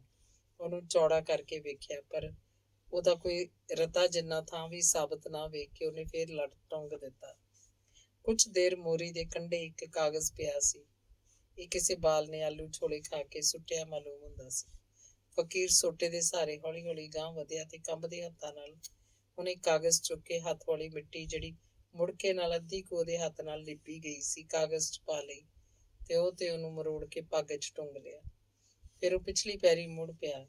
10 ਕੁ ਕਦਮ ਜਾ ਕੇ ਇੱਕ ਵਾਰੀ ਫਿਰ ਉਹਨੇ ਪਿਛਾਂਹ ਤੱਕਿਆ। ਮਕਾਨ ਦੀਆਂ ਬਾਰੀਆਂ, ਛੱਜੇ, ਚੁਗਾਠਾਂ, ਚਿਕਾਂ ਤੇ ਹਰ ਚੀਜ਼ ਵੱਲ ਉਹਨੇ ਵਾਰੋ ਵਾਰੀ ਇੱਕ ਅਰਮਾਨ ਭਰੀ ਨਜ਼ਰ ਨਾਲ ਵੇਖਿਆ। ਇਸ ਵੇਲੇ ਫਕੀਰ ਦੀਆਂ ਅੱਖਾਂ ਮੀਂਹ ਵਰ੍ਹਾ ਰਹੀਆਂ ਸਨ ਤੇ ਉਹਦੇ ਮੁੱਛਾਂ 'ਚ ਲੁਕੇ ਹੋਏ ਬੁੱਲ੍ਹ ਕੰਬ ਰਹੇ ਸਨ। ਇਸ ਵੇਲੇ ਉਹਨੂੰ ਮਕਾਨ ਦੀ ਉਤਲੀ ਛੱਤ ਤੋਂ ਕਿਸੇ ਕੁੜੀ ਨੇ ਆਵਾਜ਼ ਦਿੱਤੀ, ਬਾਬਾ ਰੋਟੀ ਲੈ ਜਾ। ਫਕੀਰ ਪਿੱਛੇ ਪਰਤਿਆ ਤੇ ਫਿਰ ਉਸ ਬੂਹੇ ਅੱਗੇ ਆ ਕੇ ਖੜੋ ਗਿਆ। ਉੱਪਰੋਂ ਇੱਕ ਕੁੜੀ ਹੇਠਾਂ ਉਤਰੀ। ਉਹਦੇ ਹੱਥ 'ਚ 2 ਰੋਟੀਆਂ ਤੇ ਉੱਤੇ ਭਾਜੀ ਰੱਖੀ ਸੀ। ਫਕੀਰ ਨੂੰ ਰੋਟੀਆਂ ਦਿੰਦੀ ਕੁੜੀ ਬੋਲੀ, ਲੈ ਬਾਬਾ, ਇੱਥੇ ਬਹਿ ਕੇ ਖਾ ਲੈ, ਪਾਣੀ ਵੀ ਲਿਆਵਾਂ? ਫਕੀਰ ਨੇ ਸਿਰ ਹਿਲਾ ਕੇ ਹਾਂ 'ਚ ਜਵਾਬ ਦਿੱਤਾ ਤੇ ਕੁੜੀ ਝੱਟ ਪਿਛਲੀ ਪੈਰੀ ਜਾ ਕੇ ਪਾਣੀ ਦੀ ਗੜਵੀ ਲੈ ਆਈ। ਇਸ ਵੇਲੇ ਉਹਦੇ ਨਾਲ ਇੱਕ ਹੋਰ ਛੋਟੀ ਕੁੜੀ ਸੀ। ਉਹਨਾਂ ਥੱਲੇ ਆ ਕੇ ਵੇਖਿਆ ਫਕੀਰ ਰੋਟੀਆਂ ਥੜੇ ਉੱਤੇ ਪਈ ਇੱਕ ਪੀੜੀ ਤੇ ਰੱਖ ਕੇ ਨੀਝ ਲਾ ਕੇ ਤੱਕਦਾ ਹੋਇਆ ਅੱਥਰੂ ਵਹਾ ਰਿਹਾ ਸੀ। ਉਹਨੂੰ ਵੇਖ ਕੇ ਦੋਵਾਂ ਕੁੜੀਆਂ ਨੇ ਇੱਕ ਦੂਜੀ ਵੱਲ ਤੱਕਿਆ ਤੇ ਫਿਰ ਵੱਡੀ ਬੋਲੀ, ਬਾਬਾ ਰੋਟੀ ਖਾ ਲੈ। ਨਿੱਕੀ ਬੋਲੀ, ਬਾਬਾ ਰੋਂਦਾ ਕਿਉਂ ਹੈ? ਫਕੀਰ ਨੇ ਹੱਥ ਦੇ ਪੁੱਠੇ ਪਾਸੇ ਨਾਲ ਅੱਖਾਂ ਪੂੰਝੀਆਂ ਤੇ ਫਿਰ ਬੋਲਿਆ, ਨਹੀਂ ਮੁੰਨੀ, ਰੋਂਦਾ ਨਹੀਂ, ਅੱਖਾਂ ਦੁਖਦੀਆਂ ਨੇ। ਕੁਝ ਚਿਰ ਠਹਿਰ ਕੇ ਫਕੀਰ ਫਿਰ ਬੋਲਿਆ, ਮੁੰਨੀ, ਇਹ ਘਰ ਕਿਹਦਾ ਹੈ? ਸਾਡੇ ਬੀਬੀ ਜੀ ਦਾ। ਤੁਹਾਡੇ ਬੀਬੀ ਜੀ ਦਾ ਨਾਂ ਕੀ ਹੈ? ਨਿੱਕੀ ਕੁੜੀ ਚੁੱਪ ਹੋ ਗਈ। ਵੱਡੀ ਝੱਟ ਬੋਲੀ, ਬੀਬੀ ਸ਼ਕੁੰਤਲਾ। ਉਹ ਤੁਹਾਡੀ ਕੀ ਲੱਗਦੀ ਹੈ? ਸਾਡੀ ਬੀਬੀ ਜੀ ਸਾਨੂੰ ਪੜ੍ਹਾਉਂਦੇ ਹੁੰਦੇ ਨੇ। ਸਕੂਲ 'ਚ? ਨਹੀਂ, ਆਪਣੇ ਘਰ ਹੀ ਪੜ੍ਹਾਉਂਦੇ ਨੇ। ਦਿਨੇ ਪੜ੍ਹਾਉਂਦੇ ਨੇ, ਇਸ ਵੇਲੇ ਤੇ ਅਸੀਂ ਵਾਜੇ ਨਾਲ ਸ਼ਬਦ ਸਿੱਖਣ ਆਉਣੀਆਂ ਹੁੰਦੀਆਂ। ਤੁਹਾਨੂੰ ਬੀਬੀ ਜੀ ਨੇ ਰੋਟੀ ਦੇ ਕੇ ਭੇਜਿਆ? ਨਹੀਂ, ਉਹ ਤੇ ਰਹਿਰਾਸ ਸਾਹਿਬ ਦਾ ਪਾਠ ਪੇ ਕਰਦੇ ਨੇ। ਉਹਨਾਂ ਦਾ ਹੁਕਮ ਹੈ ਕੋਈ ਫਕੀਰ ਬੂਹੇ ਤੋਂ ਖਾਲੀ ਨਾ ਜਾਵੇ। ਫਕੀਰ ਨੇ ਇੱਕ ਠੰਡਾ ਸਾਹ ਭਰਿਆ ਤੇ ਫਿਰ ਤੁਹਾਡੀ ਬੀਬੀ ਕਹਿ ਕੇ ਤੇ ਅੱਗੋਂ ਕੁਝ ਨਾ ਬੋਲ ਕੇ ਪਿਛਾਂਹ ਮੁੜ ਤੁਰਿਆ। ਇਹ ਵੇਖ ਕੇ ਵੱਡੀ ਕੁੜੀ ਨੇ ਫਿਰ ਕਿਹਾ, ਬਾਬਾ ਰੋਟੀ ਤਾਂ ਖਾ ਲੈ। ਫਕੀਰ ਫੇਰ ਠਹਿਰ ਗਿਆ ਤੇ ਪਿਛਾਂਹ ਫਿਰ ਕੇ ਉਹਨੇ ਇੱਕ ਵਾਰੀ ਫੇਰ ਮਕਾਨ ਨੂੰ ਹੇਠਾਂ ਤੋਂ ਉੱਪਰ ਵੱਲ ਤੱਕਿਆ। ਇਸ ਤਰ੍ਹਾਂ ਵੇਖਦੇ ਨੂੰ ਤੱਕ ਕੇ ਵੱਡੀ ਕੁੜੀ ਬੋਲੀ, ਬਾਬਾ ਕੀ ਵੇਖਦਾ? ਇਹਦੇ ਨਾਲ ਹੀ ਛੋਟੀ ਕੁੜੀ ਬੋਲੀ, ਬਾਬਾ ਤੇਰਾ ਵੀ ਘਰ ਹੈਗਾ? ਫਕੀਰ ਨੇ ਫਿਰ ਬਾਂਹ ਨਾਲ ਅੱਖਾਂ ਪੂੰਝੀਆਂ ਤੇ ਬੋਲਿਆ, ਆਹੋ ਪੁੱਤਰ, ਮੇਰਾ ਬੜਾ ਵੱਡਾ ਘਰ ਹੈ। ਨਿੱਕੀ ਕੁੜੀ ਚੰਚਲਤਾ ਨਾਲ ਫੇਰ ਬੋਲੀ, ਫਿਰ ਤੂੰ ਆਪਣੇ ਘਰ ਕਿਉਂ ਨਹੀਂ ਰਹਿੰਦਾ? ਤੇਰੀ ਵਹੁਟੀ ਵੀ ਹੈਗੀ ਏ? ਫਕੀਰ ਦੇ ਮੂੰਹ ਕੋਈ ਉੱਤਰ ਨਾ ਨਿਕਲਿਆ, ਪਰ ਉਹਨੇ ਹੌਲੀ ਜੀ ਹਾਂ 'ਚ ਸਿਰ ਹਿਲਾਇਆ। ਛੋਟੀ ਕੁੜੀ ਨੇ ਫੇਰ ਪੁੱਛਿਆ, ਤੇ ਤੂੰ ਆਪਣੇ ਘਰ ਕਿਉਂ ਨਹੀਂ ਰਹਿੰਦਾ? ਫਕੀਰ ਦੇ ਅੰਦਰ ਦੀ ਦੱਬੀ ਹੋਈ ਅੱਗ ਨੂੰ ਕਿਸੇ ਨੇ ਫੋਲ ਕੇ ਪੱਖੀ ਦੀ ਝੱਲ ਮਾਰਤੀ। ਉਹਨੂੰ ਆਪਣੀ ਅਵਸਥਾ ਦਾ ਇਸ ਤਰ੍ਹਾਂ ਗਿਆਨ ਹੋਇਆ ਜਿਵੇਂ ਕਿਸੇ ਸੁੱਤੇ ਹੋਏ ਨੂੰ ਕੋਈ ਚੁੰਡੀ ਵੱਢ ਕੇ ਜਗਾ ਦਿੰਦਾ। ਉਹ ਇੱਕ ਪਲ ਲਈ ਵੀ ਉੱਥੇ ਨਾ ਠਹਿਰਿਆ ਤੇ ਕੁੜੀ ਦੀ ਗੱਲ ਦਾ ਉੱਤਰ ਅੱਧੇ ਟੁੱਟੇ ਅੱਖਰਾਂ 'ਚ ਸਤੀ ਦਾ ਸਰਾਪ ਕਹਿ ਕੇ ਡਿੱਗਦਾ ਢਹਿੰਦਾ ਪਿੱਛੇ ਮੁੜ ਗਿਆ। ਕੁੜੀਆਂ ਆਵਾਜ਼ਾਂ ਹੀ ਦਿੰਦੀਆਂ ਰਹਿ ਗਈਆਂ, ਪਰ ਉਹਨੇ ਪਿੱਛੇ ਮੁੜ ਕੇ ਨਾ ਤੱਕਿਆ। ਉਹ ਗਲੀਓਂ ਬਾਹਰ ਨਿਕਲ ਗਿਆ ਤੇ ਬਾਜ਼ਾਰ 'ਚ ਆ ਕੇ ਫੇਰ ਠਹਿਰ ਗਿਆ, ਫਿਰ ਪਿੱਛੇ ਮੁੜਿਆ, ਫਿਰ ਅਗਾਂਹ ਤੁਰਿਆ।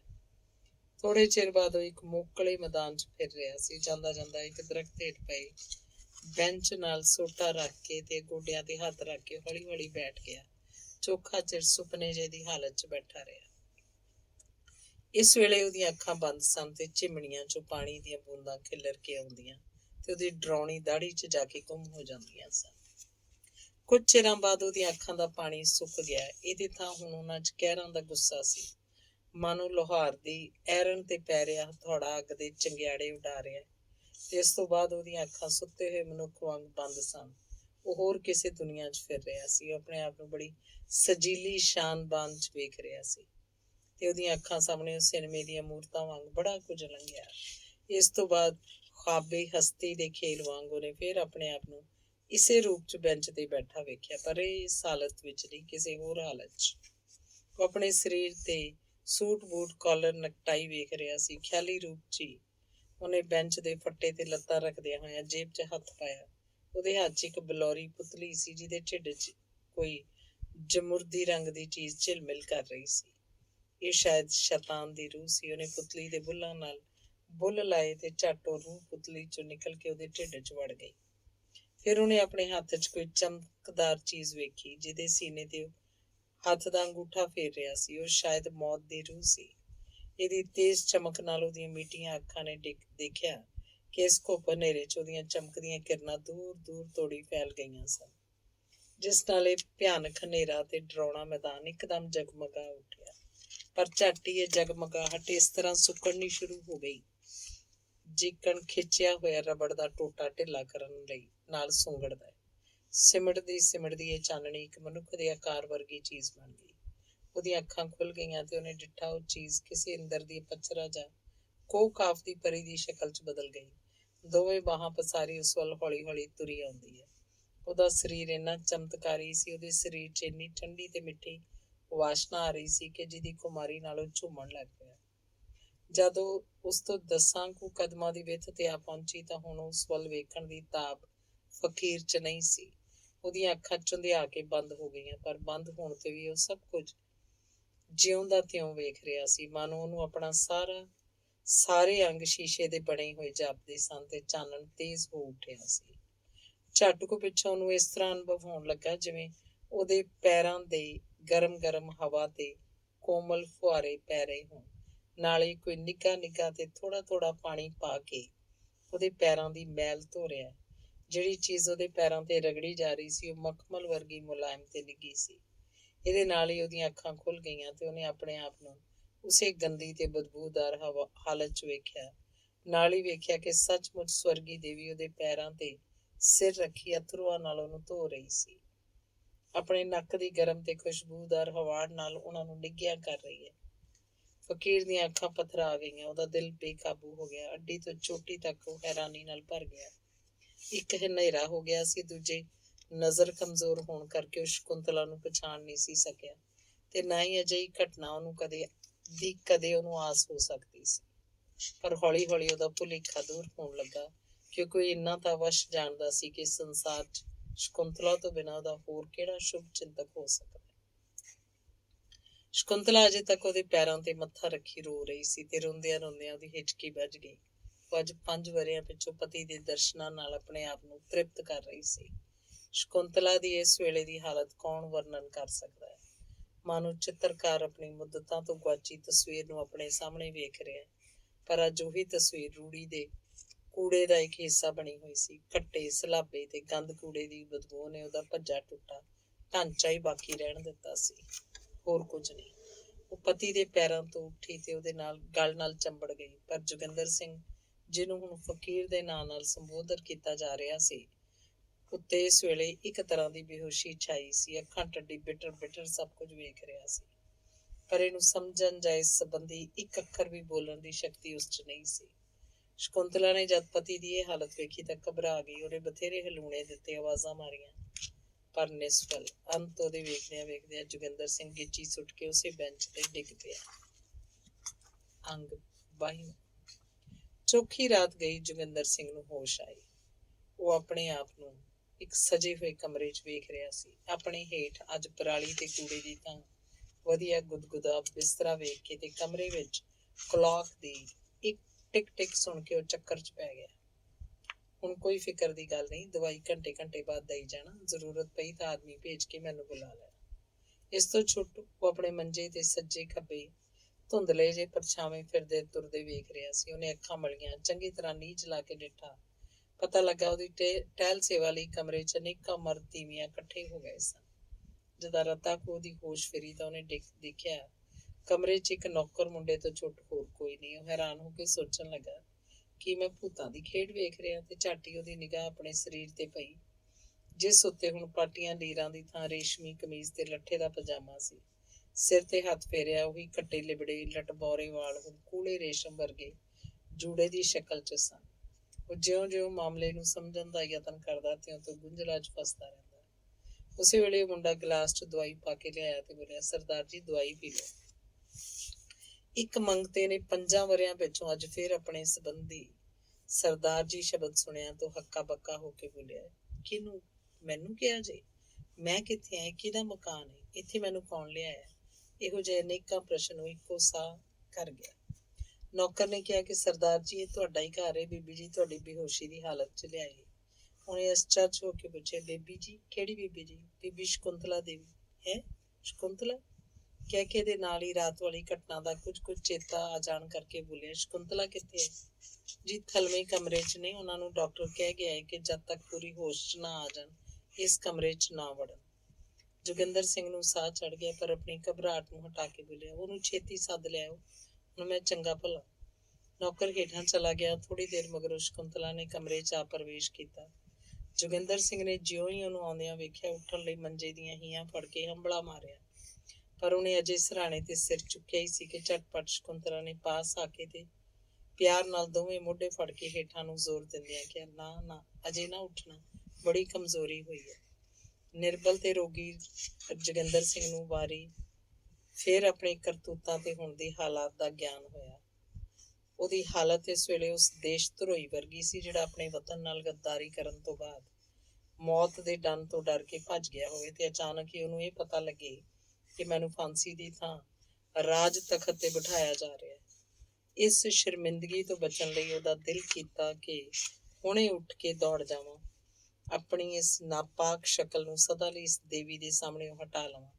ਪਰ ਸ਼ਕੁੰਤਲਾ ਦੇ ਭਾਵ ਤੇ ਉਹਦੇ ਵਰਤਾਅ ਨੇ ਉਹਨੂੰ ਹੋਰ ਵੀ ਹੈਰਾਨ ਕਰ ਦਿੱਤਾ। ਉਹਦੇ ਚਿਹਰੇ ਤੇ ਇੰਨੀ ਸਰਲਤਾ, ਇੰਨੀ ਸੁਹਿਰਦਤਾ, ਮਾਨੋ ਸਦਾ ਤੋਂ ਇਸੇ ਤਰ੍ਹਾਂ ਪਤੀ ਦੇ ਪਾਸ ਰਹਿੰਦੀ ਹੋਈ ਉਹਦੀ ਸੇਵਾ ਕਰ ਰਹੀ ਸੀ। ਪਿਆਰ ਭਰਿਆ ਹੱਥ ਪਤੀ ਦੇ ਸਰੀਰ ਤੇ ਫੇਰਦੀ ਬੋਲੀ, ਜ਼ਰਾ ਲੇਟ ਜਾਓ। ਡਾਕਟਰ ਨੇ ਹਿੱਲਣ ਜੁਲਣ ਤੋਂ ਮਨਾ ਕੀਤਾ। ਉਹਨੇ ਤਾਂ ਮੇਰੇ ਆਉਣ ਦੀ ਵੀ ਮਨਾਹੀ ਕੀਤੀ ਸੀ, ਪਰ ਪੂਰੀ ਗੱਲ ਸੁਣਨ ਤੱਕ ਵੀ ਜੋਗਿੰਦਰ ਸਿੰਘ ਤੋਂ ਸਹਾਰਾ ਨਾ ਹੋ ਸਕਿਆ ਤੇ ਦੋਹਾਂ ਹੱਥਾਂ ਨਾਲ ਆਪਣਾ ਮੂੰਹ ਢੱਕ ਕੇ ਬੋਲਿਆ, ਸ਼ਕੁੰਤਲਾ, ਮੈਂ ਤੇਰਾ ਅਪਰਾਧੀ ਹਾਂ, ਮੈਨੂੰ ਬਖਸ਼ ਲੈ। ਨਹੀਂ, ਮੈਂ ਬਖਸ਼ਣ ਦਾ ਵੀ ਹੱਕਦਾਰ ਨਹੀਂ ਹਾਂ। ਬਸ ਸ਼ਕੁੰਤਲਾ, ਮੇਰੀ ਮੁਰਾਦ ਪੂਰੀ ਹੋ ਗਈ, ਹੁਣ ਮੈਂ ਸੁੱਖ ਤੇ ਸ਼ਾਂਤੀ ਨਾਲ ਮਰਾਂਗਾ, ਮੈਨੂੰ ਜਾਣ ਦੇ। ਤੇ ਇਸ ਤਰ੍ਹਾਂ ਹੰਬਲਾ ਮਾਰ ਕੇ ਉੱਠਣ ਨੂੰ ਕਰਦਾ ਮਾਨੋ ਇੱਕ ਛਲਾਂਗ ਨਾਲ ਪੌੜੀਆਂ ਪਾਰ ਕਰ ਜਾਏਗਾ। ਪਰ ਸ਼ਕੁੰਤਲਾ ਨੇ ਉਹਦੀ ਕੋਈ ਪੇਸ਼ ਨਾ ਜਾਣ ਦਿੱਤੀ। ਉਹਨੂੰ ਜ਼ੋਰ ਨਾਲ ਮੰਜੇ ਤੇ ਲਟਾਉਂਦੀ ਬੋਲੀ, ਅੱਗੇ ਹੀ ਚਲੇ ਗਏ ਸੋ, ਹੁਣ ਤੁਸੀਂ ਨਹੀਂ ਜਾ ਸਕਦੇ, ਹੁਣ ਤਾਂ ਮੇਰੀ ਲੋਥ ਤੋਂ ਲੰਘ ਕੇ ਹੀ ਜਾਓਗੇ। ਜੋਗਿੰਦਰ ਸਿੰਘ ਦੇ ਸਾਹਮਣੇ ਫੌਲਾਦੀ ਕੰਧ ਉਸਰ ਗਈ। ਹੁਣ ਉਹਦਾ ਹੱਠ ਕਰਨਾ ਵਿਅਰਥ ਸੀ। ਉਹਨੂੰ ਨਿਸ਼ਚਾ ਹੋ ਗਿਆ ਕਿ ਹੁਣ ਇਸ ਸ਼ਤਰੰਜ ਦੀ ਖੇਡ 'ਚ ਨਰਦ ਦੇ ਥਾਂ ਕੋਲਾ ਰੱਖਣ ਦਾ ਕੰਮ ਨਹੀਂ। ਉਹ ਪ੍ਰੇਮ 'ਚ ਗਦਗਦ ਹੋ ਕੇ ਸ਼ਕੁੰਤਲਾ ਦਾ ਹੱਥ ਫੜ ਕੇ ਚੁੰਮਦਾ ਬੋਲਿਆ, ਸ਼ਕੁੰਤਲਾ, ਇਸ ਪਾਪੀ ਦਾ ਮੂੰਹ ਵੇਖਣ ਤੋਂ ਤੈਨੂੰ ਕੀ ਲਾਭ? ਮੈਨੂੰ ਆਪਣੇ ਕਰਮਾਂ ਦਾ ਫਲ ਭੋਗਣ ਲਈ ਛੱਡ ਦਿੰਦੀ ਹੋ। ਮੇਰੇ ਲਈ ਇਹੋ ਤੇਰਾ ਸਭ ਤੋਂ ਵੱਡਾ ਅਹਿਸਾਨ ਹੁੰਦਾ। ਇਸ ਤੋਂ ਬਾਅਦ ਇਹਨਾਂ ਚਿਰ ਵਿਛੁੰਨੀਆਂ ਰੂਹਾਂ ਦੀਆਂ ਕਈ ਘੰਟੇ ਗੱਲਾਂ ਹੁੰਦੀਆਂ ਰਹੀਆਂ। ਦੋਹਾਂ ਨੇ ਇਸ ਲੰਮੇ ਸਮੇਂ ਦੀ ਹੱਡ ਬੀਤੀ ਸੁਣਾ ਕੇ ਇੱਕ ਦੂਜੇ ਨੂੰ ਬੁੱਕ ਅੱਥਰੂ ਰਵਾਏ। ਖਾਸ ਕਰਕੇ ਜੋਗਿੰਦਰ ਸਿੰਘ ਦੀ ਦਰਦ ਭਰੀ ਕਥਾ ਤਾਂ ਇੰਨੀ ਪੱਥਰਾਂ ਨੂੰ ਰਵਾਉਣ ਵਾਲੀ ਸੀ ਕਿ ਅਸੀਂ ਵੀ ਹੁਣ ਖੁਸ਼ੀ ਦੇ ਵੇਲੇ, ਜਦ ਕਿ ਵਾਹਿਗੁਰੂ ਨੇ ਵਿਛੋੜੇ ਦੀ ਅੱਗ 'ਚ ਸੜ ਰਹੇ ਇਹਨਾਂ ਦੋਹਾਂ ਨੂੰ ਮਿਲਾਇਆ, ਸੁਣਾ ਕੇ ਪਾਠਕਾਂ ਦੇ ਦਿਲਾਂ ਨੂੰ ਖਰਾਬ ਨਹੀਂ ਕਰਨਾ ਚਾਹੁੰਦੇ, ਪਰ ਉਹਦੀਆਂ ਕੁਝ ਮੋਟੀਆਂ-ਮੋਟੀਆਂ ਗੱਲਾਂ ਦੱਸਣੀਆਂ ਫਿਰ ਵੀ ਜ਼ਰੂਰੀ ਸਮਝਦੇ ਹਾਂ। ਜੋਗਿੰਦਰ ਸਿੰਘ ਨੇ ਜੋ ਕੁਝ ਦੱਸਿਆ ਉਹਦਾ ਸੰਖੇਪ ਭਾਵ ਇਹ ਹੈ ਕਿ ਉਹਨੇ ਵਿਛੋੜੇ ਦੇ 5 ਵਰ੍ਹੇ ਕਿਸੇ ਹੋਰ ਕੰਮ 'ਚ ਨਹੀਂ ਬਿਤਾਏ, ਕੇਵਲ 2 ਕੰਮਾਂ 'ਚ, ਅਰਥਾਤ ਸ਼ਕੁੰਤਲਾ ਦੀ ਸਿੱਖੀ ਤੇ ਦਲੀਪ ਕੌਰ ਦੀ ਪੁੱਠੀ ਮਾਲਾ ਫੇਰਨ ਵਿੱਚ। ਉਹਨੇ ਆਪਣੇ ਆਪ ਨੂੰ ਮਿੱਟੀ 'ਚ ਰੁਲਾ ਛੱਡਿਆ। ਹਰ ਵੇਲੇ ਸ਼ਕੁੰਤਲਾ ਤੇ ਕੀਤੇ ਜ਼ੁਲਮਾਂ ਤੇ ਦਲੀਪ ਕੌਰ ਦੇ ਕਾਰਿਆਂ ਦੀ ਯਾਦ ਉਹਦਾ ਲਹੂ ਪੀਂਦੀ ਰਹਿੰਦੀ ਸੀ। ਅਖੀਰ ਜਿਉਣ ਤੋਂ ਆਵਾਜ਼ਾਰ ਹੋ ਗਿਆ ਤੇ ਇੱਕ ਦਿਨ ਅੱਧੀ ਰਾਤ ਨੂੰ ਰੇਲ ਦੀ ਪਟੜੀ ਤੇ ਸਿਰ ਰੱਖ ਕੇ ਜਾ ਲੰਮਾ ਪਿਆ। ਕੁਝ ਚਿਰ ਪਿੱਛੋਂ ਗੱਡੀ ਆਉਣ ਦੀ ਆਵਾਜ਼ ਆਈ ਤੇ ਉਹਦੇ ਨਾਲ ਹੀ ਉਹਦੇ ਦਿਲ 'ਚੋਂ ਗੱਡੀ ਦੇ ਸ਼ੋਰ ਨਾਲੋਂ ਵੀ ਤੇਜ਼ ਆਵਾਜ਼ ਆਈ ਕਿ ਇੱਕ ਵਾਰੀ ਉਸ ਧਰਤੀ ਦੀ ਮਿੱਟੀ ਮੱਥੇ ਤੇ ਲਾ ਲੈਂਦਾ ਜਿੱਥੇ ਮੇਰੀ ਸ਼ਕੁੰਤਲਾ ਦੇ ਪੈਰ ਲੱਗ ਚੁੱਕੇ। ਉਹ ਝੱਟ ਪਟੜੀ ਤੋਂ ਉੱਠਿਆ ਤੇ ਪਿੰਡੋਂ ਪਿੰਡ ਸ਼ਹਿਰੋਂ ਸ਼ਹਿਰ ਫਿਰਦਾ ਬੜੇ ਬੁਰੀ ਹਾਲੀਆਂ ਇੱਥੇ ਪੁੱਜਾ। ਉਹ ਜਦ ਆਪਣਾ ਸਾਰਾ ਹਾਲ ਸੁਣਾ ਚੁੱਕਾ ਤਾਂ ਸ਼ਕੁੰਤਲਾ ਨੂੰ ਪੁੱਛਣ ਲੱਗਾ, ਪਰ ਮੈਨੂੰ ਇਸ ਗੱਲ ਦੀ ਬੜੀ ਹੈਰਾਨੀ ਹੈ ਕਿ ਤੈਨੂੰ ਮੇਰੇ ਆਉਣ ਦਾ ਪਤਾ ਕਿਵੇਂ ਲੱਗਾ? ਸ਼ਕੁੰਤਲਾ ਨੇ ਮੁਸਕਰਾਉਂਦਿਆਂ ਕਿਹਾ ਕਿ ਇਹ ਤਾਂ ਮੈਂ ਕੁੜੀਆਂ ਦੀਆਂ ਗੱਲਾਂ ਤੋਂ ਹੀ ਸਮਝ ਗਈ ਸੀ। ਉਸੇ ਵੇਲੇ ਤੁਹਾਡੇ ਮਗਰ ਭੱਜੀ ਗਈ। ਬਾਜ਼ਾਰ 'ਚ ਹੀ ਮੈਂ ਤੁਹਾਨੂੰ ਵੇਖ ਲਿਆ ਸੀ। ਉੱਥੇ ਮਿਲਣਾ ਮੁਨਾਸਬ ਨਾ ਸਮਝਿਆ। ਜਦ ਤੁਸੀਂ ਸ਼ਹਿਰੋਂ ਬਾਹਰ ਨਿਕਲ ਗਏ ਤੇ ਜਾ ਕੇ ਉਸ ਮੈਦਾਨ 'ਚ ਬੈਂਚ ਤੇ ਬੈਠ ਗਏ ਤਾਂ ਮੈਂ ਇਹ ਸੋਚ ਕੇ ਕੁਝ ਵਿੱਥ ਤੇ ਦਰਖਤਾਂ ਦੇ ਓਹਲੇ ਹੋ ਕੇ ਖਲੋ ਗਈ ਕਿ ਅਜੇ ਚੰਗੀ ਤਰ੍ਹਾਂ ਹਨੇਰਾ ਨਹੀਂ ਸੀ ਹੋਇਆ ਤੇ ਕੋਈ ਆਦਮੀ ਉੱਧਰੋਂ ਲੰਘ ਰਿਹਾ ਸੀ। ਮੈਂ ਇਕਾਂਤ 'ਚ ਮਿਲਣਾ ਚਾਹੁੰਦੀ ਸੀ। ਅੱਜ ਲੰਮੇ ਸਮੇਂ ਪਿੱਛੋਂ ਫਿਰ ਇਸ ਘਰ 'ਚ ਖੁਸ਼ੀ ਤੇ ਪਿਆਰ ਦਾ ਰਾਜ ਸੀ। ਉਹੀ ਰਾਜ ਜਿਹੜਾ ਦਲੀਪ ਕੌਰ ਦੇ ਪੈਰ ਪਾਉਣ ਤੋਂ ਪਹਿਲਾਂ ਹੁੰਦਾ ਸੀ। ਸ਼ਕੁੰਤਲਾ ਤੇ ਜੋਗਿੰਦਰ ਸਿੰਘ ਦੇ ਦਿਲਾਂ ਦੀ ਹਾਲਤ ਉਸ ਸੋਮੇ ਵਰਗੀ ਸੀ ਜਿਹੜਾ ਸਦੀਆਂ ਤੋਂ ਧਰਤੀ ਹੇਠ ਦੱਬਿਆ ਰਹਿਣ ਬਾਅਦ ਅਚਾਨਕ ਹੀ ਫੁੱਟ ਨਿਕਲਿਆ ਹੋਵੇ। ਉਸ ਦਿਨ ਸਵੇਰ ਤੋਂ ਲੈ ਕੇ ਸੰਧਿਆ ਤੱਕ ਸ਼ਕੁੰਤਲਾ ਲੋਕਾਂ ਦੀਆਂ ਵਧਾਈਆਂ ਝੱਲਦੀ ਰਹੀ। ਉਹਨੇ ਰਾਤੋਂ ਰਾਤ ਪਤੀ ਨੂੰ ਘਰ ਲਿਆ ਕੇ ਪਹਿਲਾਂ ਗਰਮ ਪਾਣੀ ਤੇ ਸਾਬਣ ਨਾਲ ਉਹਨੂੰ ਪਿੰਡੇ ਤੇ ਕੇਸੀ ਇਸ਼ਨਾਨ ਕਰਾਇਆ। ਇਸ ਕੰਮ 'ਚ ਉਹਨੂੰ ਕਈ ਘੰਟੇ ਮਿਹਨਤ ਕਰਨੀ ਪਈ। ਕੱਪੜੇ ਬਦਲਵਾ ਕੇ ਹੋਰ ਹਰ ਤਰ੍ਹਾਂ ਦਾ ਪ੍ਰਬੰਧ ਐਸੀ ਸੁੰਦਰਤਾ ਨਾਲ ਕੀਤਾ ਕਿ ਉਹਦੀਆਂ ਚੌਂ ਸੱਤ ਸੰਗੜਾਂ ਤੋਂ ਬਿਨਾਂ ਕਿਸੇ ਨੂੰ ਕੰਨੋ ਕੰਨ ਵੀ ਜੋਗਿੰਦਰ ਸਿੰਘ ਦਾ ਅਸਲ ਭੇਦ ਦਾ ਪਤਾ ਨਾ ਲੱਗਾ। ਨਹੀਂ ਤਾਂ ਜਿਸ ਹਾਲਤ ਵਿੱਚ ਤੇ ਜਿਸ ਵੇਸ 'ਚ ਆਇਆ ਸੀ, ਇਸ ਬਾਬਤ ਜੇ ਲੋਕਾਂ ਨੂੰ ਵੀ ਜ਼ਰਾ ਪਤਾ ਲੱਗ ਜਾਂਦਾ, ਸ਼ਾਇਦ ਜੋਗਿੰਦਰ ਸਿੰਘ ਸਾਰੀ ਉਮਰ ਘਰੋਂ ਬਾਹਰ ਨਾ ਨਿਕਲਦਾ। ਸ਼ਕੁੰਤਲਾ ਦੇ ਸੇਵਾ ਸਤਿਕਾਰ ਤੇ ਪਤੀ ਭਗਤੀ ਨਾਲ ਦਿਨਾਂ 'ਚ ਹੀ ਜੋਗਿੰਦਰ ਸਿੰਘ ਦੇ ਸਰੀਰ ਤੇ ਨੂਰਾਨੀ ਫਿਰ ਗਈ ਤੇ ਆਉਂਦੀ ਵੀ ਕਿਉਂ ਨਾ, ਜਦਕਿ ਉਹਨੂੰ ਸ਼ਕੁੰਤਲਾ ਵਰਗੀ ਧਰਮ ਮੂਰਤ ਜਿਹਦੇ ਮਿਲਾਪ ਦੀ ਉਹਨੂੰ 100 ਜਨਮਾਂ ਵਿੱਚ ਵੀ ਆਸ ਨਹੀਂ ਸੀ, ਮਿਲ ਗਈ ਸੀ। ਮਿਲੀ ਵੀ ਕਿਸ ਤਰ੍ਹਾਂ? ਜਿਸ ਸੋਨੇ ਨੂੰ ਉਹ ਮਿੱਟੀ ਸਮਝ ਕੇ ਕੂੜੇ 'ਚ ਸੁੱਟ ਚੁੱਕਾ ਸੀ, ਉਸ ਸੋਨੇ ਤੋਂ ਅਗਾਂਹ ਵੱਧ ਕੇ ਪਾਰਸ ਦੇ ਰੂਪ 'ਚ ਉਹਨੂੰ ਮਿਲੀ। ਪਹਿਲਾਂ ਕੁਝ ਦਿਨ ਤਾਂ ਸ਼ਕੁੰਤਲਾ ਦੇ ਸਾਹਮਣੇ ਉਹਦੀਆਂ ਅੱਖਾਂ ਨਹੀਂ ਸਨ ਉੱਠਦੀਆਂ, ਪਰ ਹੌਲੀ ਹੌਲੀ ਸ਼ਕੁੰਤਲਾ ਦਾ ਅਜਿਹਾ ਭਾਵ ਤੇ ਆਦਰ ਵੇਖ ਕੇ ਕਿ ਮਾਨੋ ਉਹਨੂੰ ਕਦੇ ਕੋਈ ਗੱਲ ਵਾਪਰੀ ਨਹੀਂ ਤੇ ਮੁੱਢ ਤੋਂ ਹੀ ਉਹ ਪਤੀ ਦੇ ਅੰਗ ਸੰਗ ਹੈ, ਜੋਗਿੰਦਰ ਸਿੰਘ ਦੀ ਸੰਗ ਦੂਰ ਹੋ ਗਈ। ਸ਼ਕੁੰਤਲਾ ਲਈ ਜਿਹੜਾ ਘਰ ਮੌਤ ਨਾਲੋਂ ਵੱਧ ਡਰਾਉਣਾ ਤੇ ਸੁੰਨਸਾਨ ਸੀ, ਉਸੇ ਘਰ ਦੀ ਇੱਟ ਵਿੱਚੋਂ ਹੁਣ ਉਹਨੂੰ ਮਨ ਪ੍ਰਫੁੱਲਤ ਕਰਨ ਵਾਲੀਆਂ ਲਪਟਾਂ ਆਉਂਦੀਆਂ ਸਨ। ਅਖੀਰਲਾ ਅੰਗ 23ਵਾਂ। ਇਸ ਚਿਰੀ ਵਿਛੁੰਨੀ ਜੋੜੀ ਨੂੰ ਮਿਲਿਆ ਲਗਭਗ 3 ਵਰ੍ਹਿਆਂ ਦਾ ਸਮਾਂ ਬੀਤ ਗਿਆ। ਇਸ ਲੰਮੇ ਸਮੇਂ ਅਜਿਹੀ ਕੋਈ ਖਾਸ ਘਟਨਾ ਨਹੀਂ ਹੋਈ ਜਿਹਦਾ ਅਸੀਂ ਪਾਠਕਾਂ ਅੱਗੇ ਵਰਣਨ ਕਰੀਏ, ਪਰ 2 ਗੱਲਾਂ ਜਿਹੜੀਆਂ ਕਿ ਇਹਨਾਂ ਦੇ ਜੀਵਨ ਨੂੰ ਨਵੇਂ ਸੰਚੇ 'ਚ ਢਾਲਣ ਵਾਲੀਆਂ ਸਨ, ਉਹਨਾਂ ਦਾ ਜ਼ਿਕਰ ਕਰਨਾ ਇੱਥੇ ਜ਼ਰੂਰੀ ਹੈ। ਪਹਿਲੀ ਤਾਂ ਇਹ ਕਿ ਜਦ ਤੋਂ ਸ਼ਕੁੰਤਲਾ ਨੇ ਕੁੜੀਆਂ ਪੜ੍ਹਾਉਣ ਦਾ ਕੰਮ ਸ਼ੁਰੂ ਕੀਤਾ ਸੀ, ਤਦ ਤੋਂ ਦੂਰ ਦੂਰ ਦੇ ਮਹੱਲਿਆਂ ਦੀਆਂ ਕੁੜੀਆਂ ਸਕੂਲਾਂ ਨੂੰ ਛੱਡ ਕੇ ਇਸ ਪਾਸ ਆਉਣੀਆਂ ਸ਼ੁਰੂ ਹੋ ਗਈਆਂ, ਕਿਉਂਕਿ ਇਹਦੀ ਪੜ੍ਹਾਈ ਤੇ ਹੋਰ ਥਾਵਾਂ ਦੀ ਪੜ੍ਹਾਈ 'ਚ ਜ਼ਮੀਨ ਅਸਮਾਨ ਦਾ ਫਰਕ ਸੀ। ਅੰਤ ਕੁੜੀਆਂ ਦੀ ਇੰਨੀ ਭਰਮਾਰ ਹੋ ਗਈ ਕਿ ਸ਼ਕੁੰਤਲਾ ਨੂੰ ਇਸ ਕੰਮ ਲਈ ਇੱਕ ਵੱਖਰੇ ਮਕਾਨ ਦਾ ਪ੍ਰਬੰਧ ਕਰਨਾ ਪਿਆ। ਪਰ ਜਦ ਇਸ ਵਿੱਚ ਵੀ ਕੰਮ ਨਾ ਸਰ ਸਕਿਆ ਤਾਂ ਨਾਲ ਹੀ ਸਾਰੇ ਸ਼ਹਿਰ 'ਚ ਸ਼ਕੁੰਤਲਾ ਦੀ ਪੜ੍ਹਾਈ ਦੀਆਂ ਧੁੰਮਾਂ ਪੈ ਗਈਆਂ ਤੇ ਸ਼ਹਿਰ ਦੇ ਪਤਵੰਤਿਆਂ ਨੇ ਇੱਕ ਕਮੇਟੀ ਬਣਾ ਕੇ ਹਜ਼ਾਰਾਂ ਰੁਪਏ ਇਕੱਠੇ ਕਰਕੇ ਕੰਨਿਆ ਪਾਠਸ਼ਾਲਾ ਲਈ ਇੱਕ ਇਮਾਰਤ ਤਿਆਰ ਕਰਵਾ ਦਿੱਤੀ। ਇਸ ਪਾਠਸ਼ਾਲਾ 'ਚ ਬਹੁਤ ਸਾਰੀਆਂ ਅਧਿਆਪਕਾਵਾਂ ਵੀ ਮੌਜੂਦ ਸਨ। ਸ਼ਕੁੰਤਲਾ ਹੁਣ ਇਸ ਆਸ਼ਰਮ ਦੀ ਮੁੱਖ ਅਧਿਆਪਕਾ ਸੀ। ਕੁਝ ਦਿਨਾਂ ਬਾਅਦ ਜੋਗਿੰਦਰ ਸਿੰਘ ਦੀ ਨੌਕਰੀ ਵੀ ਮੁੜ ਬਹਾਲ ਹੋ ਗਈ, ਪਰ ਹੁਣ ਜੋਗਿੰਦਰ ਸਿੰਘ ਉਹ ਜੋਗਿੰਦਰ ਸਿੰਘ ਨਹੀਂ ਸੀ। ਸ਼ਕੁੰਤਲਾ ਦੀ ਸ਼ੁਭ ਸੰਗਤ ਨੇ ਹੁਣ ਉਹਨੂੰ ਪਵਿੱਤਰਤਾ ਦਾ ਦੇਵਤਾ ਬਣਾ ਦਿੱਤਾ ਸੀ। ਉਹਦੀ ਨੌਕਰੀ ਤੋਂ ਛੁੱਟ ਸਾਰਾ ਸਮਾਂ ਸਤ ਸੰਗਤ ਤੇ ਗਰੀਬ ਲੋੜਵੰਦ ਦੀ ਸੇਵਾ ਵਿੱਚ ਹੀ ਬੀਤਦਾ ਸੀ। ਇੱਕ ਰਾਤ ਸ਼ਕੁੰਤਲਾ ਕਾਕੇ ਨੂੰ ਦੁੱਧ ਚੁੰਘਾ ਰਹੀ ਸੀ ਤੇ ਉਹ ਘੜੀ ਮੁੜੀ ਪਿਓ ਵੱਲ ਮੂੰਹ ਕਰਕੇ ਨਿੱਕੇ ਨਿੱਕੇ ਹੱਥ ਉਛਾਲ ਕੇ ਗੁੱਟ ਕਰਿਆ ਸੀ। ਜੋਗਿੰਦਰ ਸਿੰਘ ਉਹਦੀ ਇਹ ਲੀਲਾ ਵੇਖ ਕਿਸੇ ਸਵਰਗੀ ਪੀਂਘ ਤੇ ਝੂਟੇ ਲੈ ਰਿਹਾ ਸੀ। ਸ਼ਕੁੰਤਲਾ ਕਾਕੇ ਦੇ ਮੂੰਹ ਵੱਲ ਤੱਕ ਕੇ ਫੇਰ ਮੁਸਕਰਾ ਕੇ ਬੋਲੀ, ਵੇਖ ਨਾ ਕਿੱਡਾ ਸ਼ੈਤਾਨ ਮੁੰਡਾ, ਜਿੱਥੋਂ ਤੁਹਾਡੀ ਆਵਾਜ਼ ਸੁਣੀ ਹੈ ਬਸ ਦੁੱਧ ਪੀਣਾ ਭੁੱਲ ਗਿਆ। ਲੋ ਫੜ ਲਓ ਸੂ, ਵੇਖਾਂ ਕੀਕਣ ਬਾਂਹ ਲਾਰਨ ਡਿਆ ਹੋਇਆ। ਜੋਗਿੰਦਰ ਸਿੰਘ ਨੇ ਬੜੇ ਪਿਆਰ ਨਾਲ ਕਾਕੇ ਨੂੰ ਲੈਂਦਿਆਂ ਕਿਹਾ, ਉਹ ਆ ਓਏ ਬੱਚੂ, ਜੇ ਮੇਰੇ ਤੇ ਪਿਸ਼ਾਬ ਕੀਤਾ ਤੇ 2 ਕੰਨਾਂ 'ਚ ਸਿਰ ਕਰ ਦਿਆਂਗਾ। ਸ਼ਕੁੰਤਲਾ ਹਾਸਾ ਰਲਵੇਂ ਗੁੱਸੇ ਵਾਲਾ ਮੂੰਹ ਬਣਾ ਕੇ ਬੋਲੀ, ਤੇ ਹੋਰ ਪਿਸ਼ਾਬ 'ਚ ਨਹਾਉਣ ਦਾ ਮਈਓ ਠੇਕਾ ਲਿਆ ਹੋਇਆ। ਰਾਤੀ 4-4 ਵਾਰੀ ਵਿਛਾਉਣਾ ਬਦਲਦੀਆਂ, ਫਿਰ ਵੀ ਛੱਪੜ ਲਾ ਛੱਡਦਾ। ਇਹਦੇ ਢਿੱਡ ਨਾਲ ਤੇ ਖੌਰੇ ਮਸ਼ਕ ਬੱਧੀ ਏ। ਇਸ ਵੇਲੇ ਜੋਗਿੰਦਰ ਸਿੰਘ ਨੇ ਕੰਨ ਖੜੇ ਕਰਕੇ ਤੇ ਹੱਥ ਦੇ ਇਸ਼ਾਰੇ ਨਾਲ ਸ਼ਕੁੰਤਲਾ ਨੂੰ ਚੁੱਪ ਕਰਾ ਕੇ ਕਿਹਾ, ਠਹਿਰ ਜਾਏ ਨਾ, ਸ਼ਾਇਦ ਹੇਠਾਂ ਕੋਈ ਮੇਰਾ ਨਾਂ ਲੈ ਕੇ ਆਵਾਜ਼ਾਂ ਮਾਰ ਰਿਹਾ। ਤੇ ਲੈਂਪ ਹੱਥ 'ਚ ਲੈ ਕੇ ਹੇਠਾਂ ਉਤਰ ਗਿਆ। ਬੂਹਾ ਖੋਲ ਕੇ ਆਵਾਜ਼ ਦਿੱਤੀ, ਕੌਣ ਏ? ਬਾਹਰੋਂ ਆਵਾਜ਼ ਆਈ, ਸੇਵਾ ਸੰਮਤੀ ਵਾਲੇ। ਸੇਵਾ ਸੰਮਤੀ ਵਾਲਿਆਂ ਦਾ ਇਸ ਵੇਲੇ ਮੇਰੇ ਨਾਲ ਕੀ ਕੰਮ? ਉਹਨੇ ਛੇਤੀ ਨਾਲ ਬੂਹਾ ਖੋਲ ਕੇ ਵੇਖਿਆ, ਇੱਕ ਸਟ੍ਰੈਚਰ ਤੇ ਇੱਕ ਮੈਲੇ ਚੀਥੜੇ ਕੱਪੜੇ ਨਾਲ ਢਕੀ ਹੋਈ ਕੋਈ ਲੋਥ ਤੇ ਪਾਸ ਖੜੇ 4 ਵਲੰਟੀਅਰ ਉਹਦੀ ਨਜ਼ਰੀ ਪਈ। ਉਹ ਕੁਝ ਪੁੱਛਣ ਹੀ ਲੱਗਾ ਸੀ ਕਿ ਉਹਨਾਂ ਚੋਂ ਝੱਟ ਇੱਕ ਨੇ ਅਗਾਂਹ ਵੱਧ ਕੇ ਕਿਹਾ, ਸਰਦਾਰ ਜੋਗਿੰਦਰ ਸਿੰਘ ਆਪਦਾ ਹੀ ਨਾਮ ਹੈ? ਜੋਗਿੰਦਰ ਸਿੰਘ ਨੇ ਹੈਰਾਨੀ ਨਾਲ ਕਿਹਾ, ਹਾਂ, ਕਿਉਂ? ਤੁਹਾਡੇ ਘਰ ਦੀ ਕੋਈ ਜਨਾਨੀ ਬਾਹਰ ਗਈ ਹੋਈ ਸੀ? ਸ਼ਾਇਦ ਗਈ ਸੀ। ਕਿਉਂ? ਉਹਨੇ ਸਟ੍ਰੈਚਰ ਵਿਚਲਾ ਕੱਪੜਾ ਹੱਥ ਨਾਲ ਲਾਂਭੇ ਹਟਾਉਂਦਿਆਂ ਹੋਇਆਂ ਕਿਹਾ, ਤੁਹਾਡੀ ਕੋਈ ਹੈ? ਜੋਗਿੰਦਰ ਸਿੰਘ ਨੇ ਲੈਂਪ ਦੀ ਬੱਤੀ ਜ਼ਰਾ ਹੋਰ ਉੱਚੀ ਕੀਤੀ ਤੇ ਫਿਰ ਸਟ੍ਰੈਚਰ ਵਿਚਲੇ ਸਰੀਰ ਦੇ ਨੇੜੇ ਲਿਜਾ ਕੇ ਚੰਗੀ ਤਰ੍ਹਾਂ ਧਿਆਨ ਨਾਲ ਉਹਦੇ ਚਿਹਰੇ ਵੱਲ ਵੇਖਿਆ। ਉਹਦਾ ਸਿਰ ਘੁੰਮਣ ਲੱਗ ਪਿਆ। ਤਰਬਕ ਕੇ ਬੋਲਿਆ, ਹੈ ਇਹ ਬਦਜ਼ਾਤ ਕਿੱਥੋਂ ਆ ਗਈ? ਇੰਨੇ ਨੂੰ ਸ਼ਕੁੰਤਲਾ ਵੀ ਪਤੀ ਨੂੰ ਗਿਆਨ ਦੇਰ ਹੋਈ ਵੇਖ ਕੇ ਤੇ ਗੱਲਾਂ ਦੀ ਆਵਾਜ਼ ਸੁਣ ਕੇ ਹੇਠਾਂ ਉਤਰ ਆਈ। ਉਹਨੇ ਬੂਹੇ ਪਿੱਛੇ ਖਲੋ ਕੇ ਕਿਹਾ, ਕੀ ਗੱਲ ਹੈ? ਪਰ ਜੋਗਿੰਦਰ ਸਿੰਘ ਇਸ ਵੇਲੇ ਗੁੱਸੇ ਨਾਲ ਕੰਬ ਰਿਹਾ ਸੀ। ਫਿਰ ਉਹਨੇ ਸਿਰ ਨੀਵਾਂ ਕਰ ਲਿਆ ਤੇ ਬੋਲਿਆ, ਅਗਾਂਹ ਹੋ ਕੇ ਦੇਖ ਲੈ। ਜਿਉਂ ਹੀ ਸ਼ਕੁੰਤਲਾ ਸਟ੍ਰੈਚਰ ਤੇ ਨੇੜੇ ਆਈ, ਉਹ ਇੱਕਦਮ ਪਿੱਛੇ ਹਟ ਗਈ। ਉਸ ਵਿੱਚ ਹੋਰ ਵੇਖਣ ਦੀ ਹਿੰਮਤ ਨਹੀਂ ਸੀ। ਇੱਕ ਚੀਕ ਮਾਰ ਕੇ ਬੋਲੀ, ਹਾਏ ਹਾਏ ਭੈਣ ਦਲੀਪ ਕੌਰ, ਨੀ ਮੈਂ ਮਰ ਗਈ, ਇਹ ਕੀ ਹੋ ਗਿਆ? ਜੋਗਿੰਦਰ ਸਿੰਘ ਬੋਲਿਆ, ਭੈਣ ਕੇ ਡੈਣ? ਤੇ ਫਿਰ ਸੇਵਾ ਸੰਮਤੀ ਵਾਲਿਆਂ ਨੂੰ ਕਹਿਣ ਲੱਗਾ, ਇਸ ਕਮਜ਼ਾਤ ਚੰਡਾਲੜੀ ਨੂੰ ਲੈ ਜਾਓ, ਜਿੱਧਰੋਂ ਲਿਆਇਓ। ਮੈਂ ਇਸ ਪਾਪਣ ਦਾ ਮੂੰਹ ਨਹੀਂ ਵੇਖਣਾ ਚਾਹੁੰਦਾ। ਪਰ ਸ਼ਕੁੰਤਲਾ ਜੋਸ਼ ਨਾਲ ਅਗਾਂਹ ਵਧੀ ਤੇ ਪਤੀ ਦੀ ਬਾਂਹ ਫੜ ਕੇ ਪਿੱਛੇ ਧੱਕਦੀ ਬੋਲੀ, ਕੀ ਕਹਿੰਦੇ ਪਏ ਹੋ? ਮੂੰਹ ਸੰਭਾਲ ਕੇ ਬੋਲੋ। ਤੇ ਫਿਰ ਉਹਨਾਂ ਨੂੰ ਕਹਿਣ ਲੱਗੀ, ਵੀਰ ਜੀ ਥੋੜੀ ਜਿਹੀ ਹੋਰ ਖੇਚਲ ਕਰਕੇ ਇਹਨੂੰ ਇਸੇ ਤਰ੍ਹਾਂ ਚੁੱਕ ਕੇ ਉੱਪਰ ਲੈ ਚਲੋ। ਉਹ ਸਟ੍ਰੈਚਰ ਨੂੰ ਚੁੱਕਣ ਹੀ ਲੱਗੇ ਸੀ ਕਿ ਜੋਗਿੰਦਰ ਸਿੰਘ ਲੱਤਾਂ ਚੌੜੀਆਂ ਕਰਕੇ ਦਰਵਾਜ਼ੇ 'ਚ ਖਲੋ ਗਿਆ ਤੇ ਲਾਲੋ ਲਾਲ ਹੋ ਕੇ ਬੋਲਿਆ, ਨਹੀਂ, ਇਹ ਅੰਦਰ ਨਹੀਂ ਜਾ ਸਕਦੀ। ਇਸ ਤੋਂ ਬਾਅਦ ਕਿੰਨਾ ਹੀ ਚਿਰ ਦੋਹਾਂ ਵਹੁਟੀ ਗੱਭਰੂ ਦੇ ਸਵਾਲ ਜਵਾਬ ਹੁੰਦੇ ਰਹੇ। ਅਖੀਰ ਪਤੀ ਨੂੰ ਹਾਰ ਮੰਨਣੀ ਪਈ, ਪਰ ਇਸ ਸ਼ਰਤ ਤੇ ਕਿ ਉਹਨੂੰ ਉੱਪਰ ਨਹੀਂ ਜਾਣ ਦੇਗਾ ਤੇ ਹੇਠ ਡਿਊਟੀ ਦੇ ਨਾਲ ਵਾਲੀ ਉਸ ਕੋਠੜੀ 'ਚ ਉਹਨੂੰ ਰੱਖਿਆ ਜਾਵੇ।